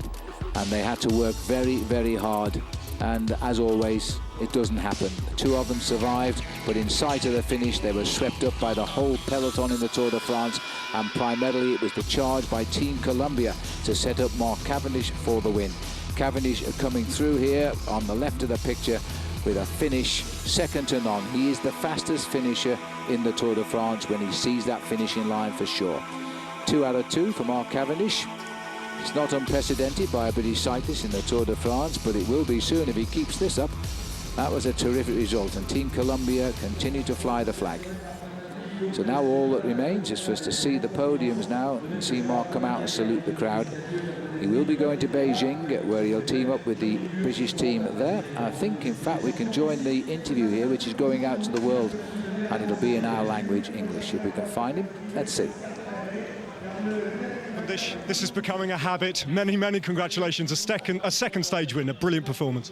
Yeah, it was brilliant, you know. Once again, you got to see how well my team worked, you know. They controlled the race all day. There was a breakaway, and then, yeah, we got help from the other sprint teams this time at the finish, and it came down perfect time to catch the break, and we caught them and finished off with a 1-2, so we can't get any better than that. From the sunshine in Châteauroux to the pouring rain in Toulouse, they weren't too similar, the 2 stages, were they? Which one was the better ride from you? What do you think? I felt better for sure the other day, you know, but I think in terms of how the team have done, hold on to the yellow jersey and to get first and second, I think today can't get any better. When you won in Châteauroux, you woke up that morning and you said, I know I'm going to win today. Was it the same feeling this morning? Yeah, it was, you know. I didn't feel too good yesterday, but you know, today's the last real sprint stage. I think, yeah, stage 12 could be, but I think a big break will go then, you know. I think the GC will get sorted out in the next couple of days, so today was the last day we could really control it and sprint, and I'm sure, yeah, when I'm there in the sprint, I'm fired up, normally I can win, so that was it. On paper, though, the profile didn't look like a classic sprinter stage. Robbie McEwen didn't fancy it as a bunch sprint anyway. Did you always know it was going to pan out like that? That was hard, you know. There was a few climbs. There was a Cat 3 climbing, and I ended up out the back, you know. And it took my team to ride me back up to the front, and then they started controlling it. So, yeah, early on it could have been disastrous, but, you know, after the first half of the stage, yeah, I think the climbs aren't too difficult there, you know, at the end. Okay, they go over 100 metres each time, but But for me, yeah, it's fine. And with my team around me, I've got the best possible protection. So, and then a technical run into the finish, lots of road furniture, and then a tight right-hander with 1 kilometre to go. And that suited us down to the ground, you know. And you saw him lead out from Gerald, and he could hang on for a second. So it worked out amazing. Just finally, Mark, the Pyrenees tomorrow. You still going to hang around? You still going to try and make it to Paris? Yeah, for sure. You know, I'm okay. I got through the Giro. I'll get through here. I'll keep going for as long as I can. I'm not tired enough yet, so I'll carry on. Get yourself up on that podium. Well done, mate. I'm not tired enough yet. Oh boy, the way he's talking, he's going to Paris, that's for sure. And who knows, he might get another win on the Champs-Élysées. By the way, Brian Robinson, the first British rider ever to win a stage of the Tour de France back in 1958, 50 years ago, he also won 2. Now Mark Cavendish sits alongside Brian, who I'm sure has enjoyed watching that win today back home in Yorkshire. Hugs all round there. This is the finish here in the big city of Toulouse. We're in the south, we're in the shadow of the Pyrenees now. And I can hear music beginning, so very shortly we're going to be down on that podium.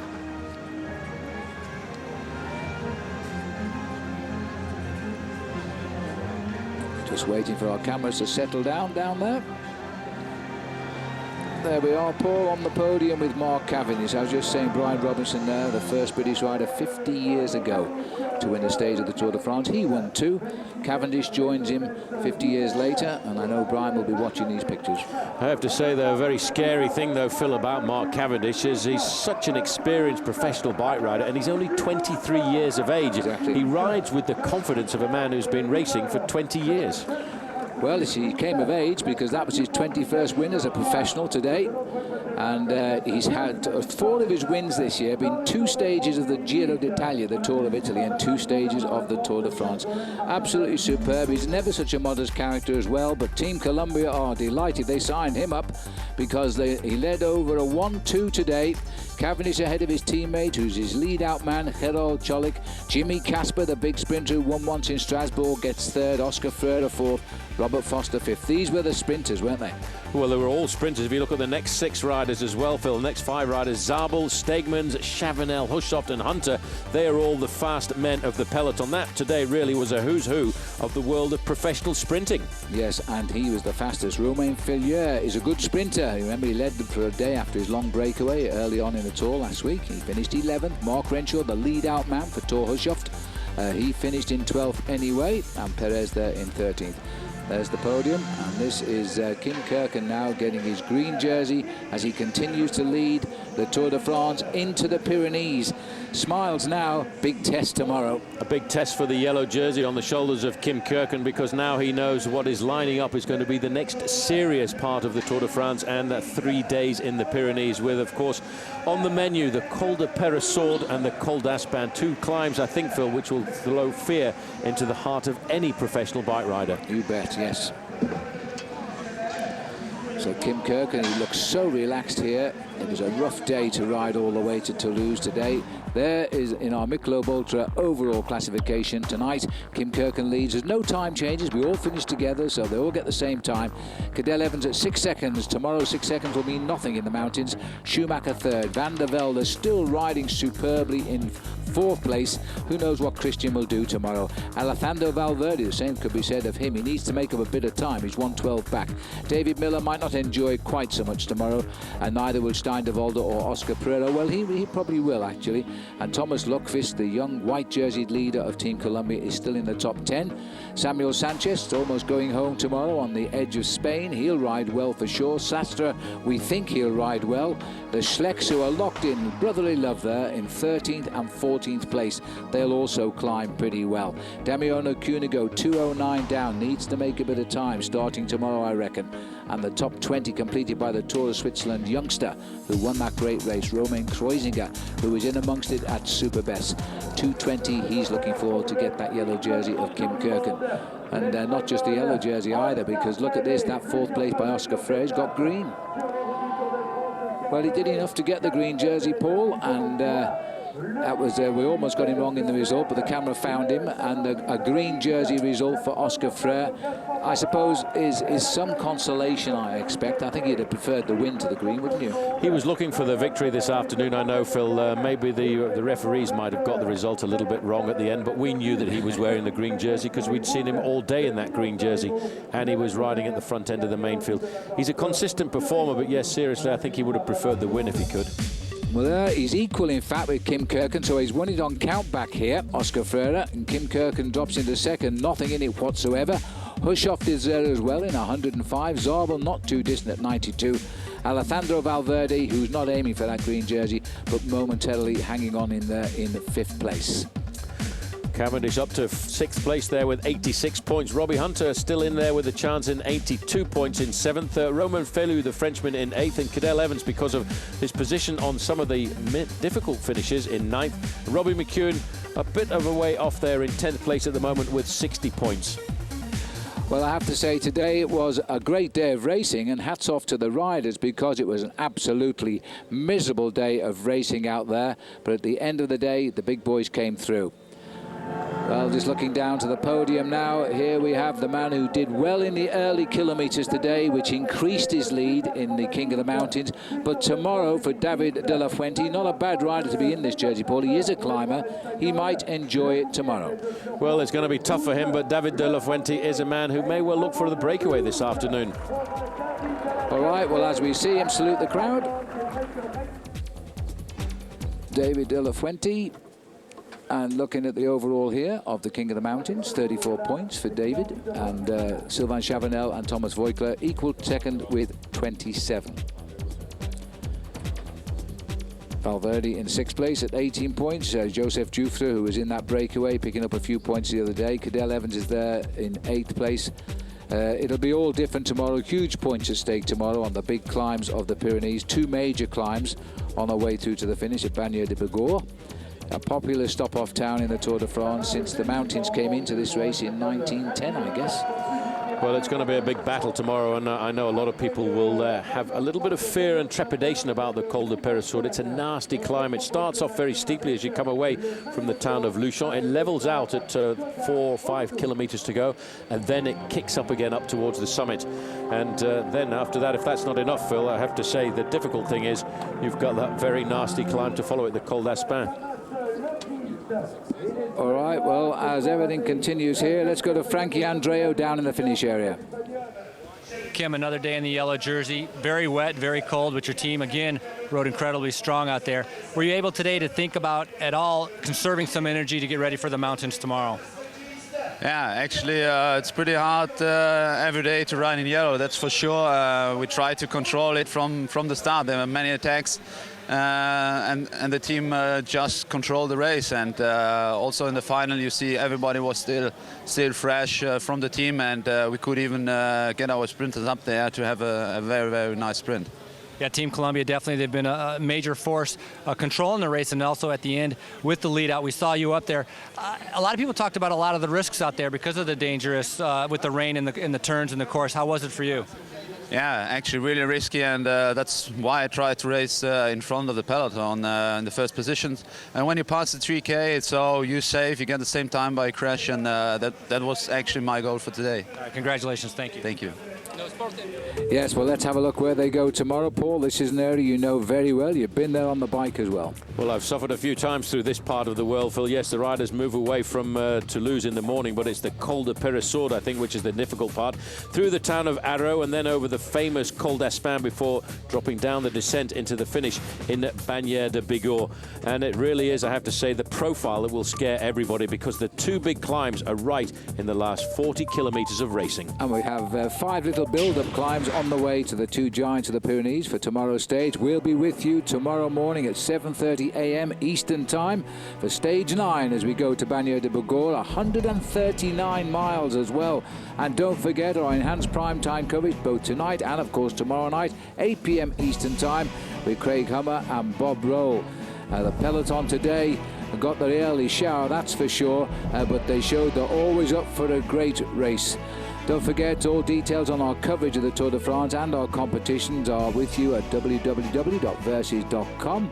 And I must say, today, Paul, the riders knew they'd been in a race. Figeac in disgrace after the disqualification of Manuel Beltran, found positive for taking the drug EPO. He is out of the Tour de France. The rest of the riders go on with their heads held high. Hope you're enjoying the coverages. Goodbye from everybody here in France, and we'll see you all again bright and early tomorrow morning. Goodbye. Attention.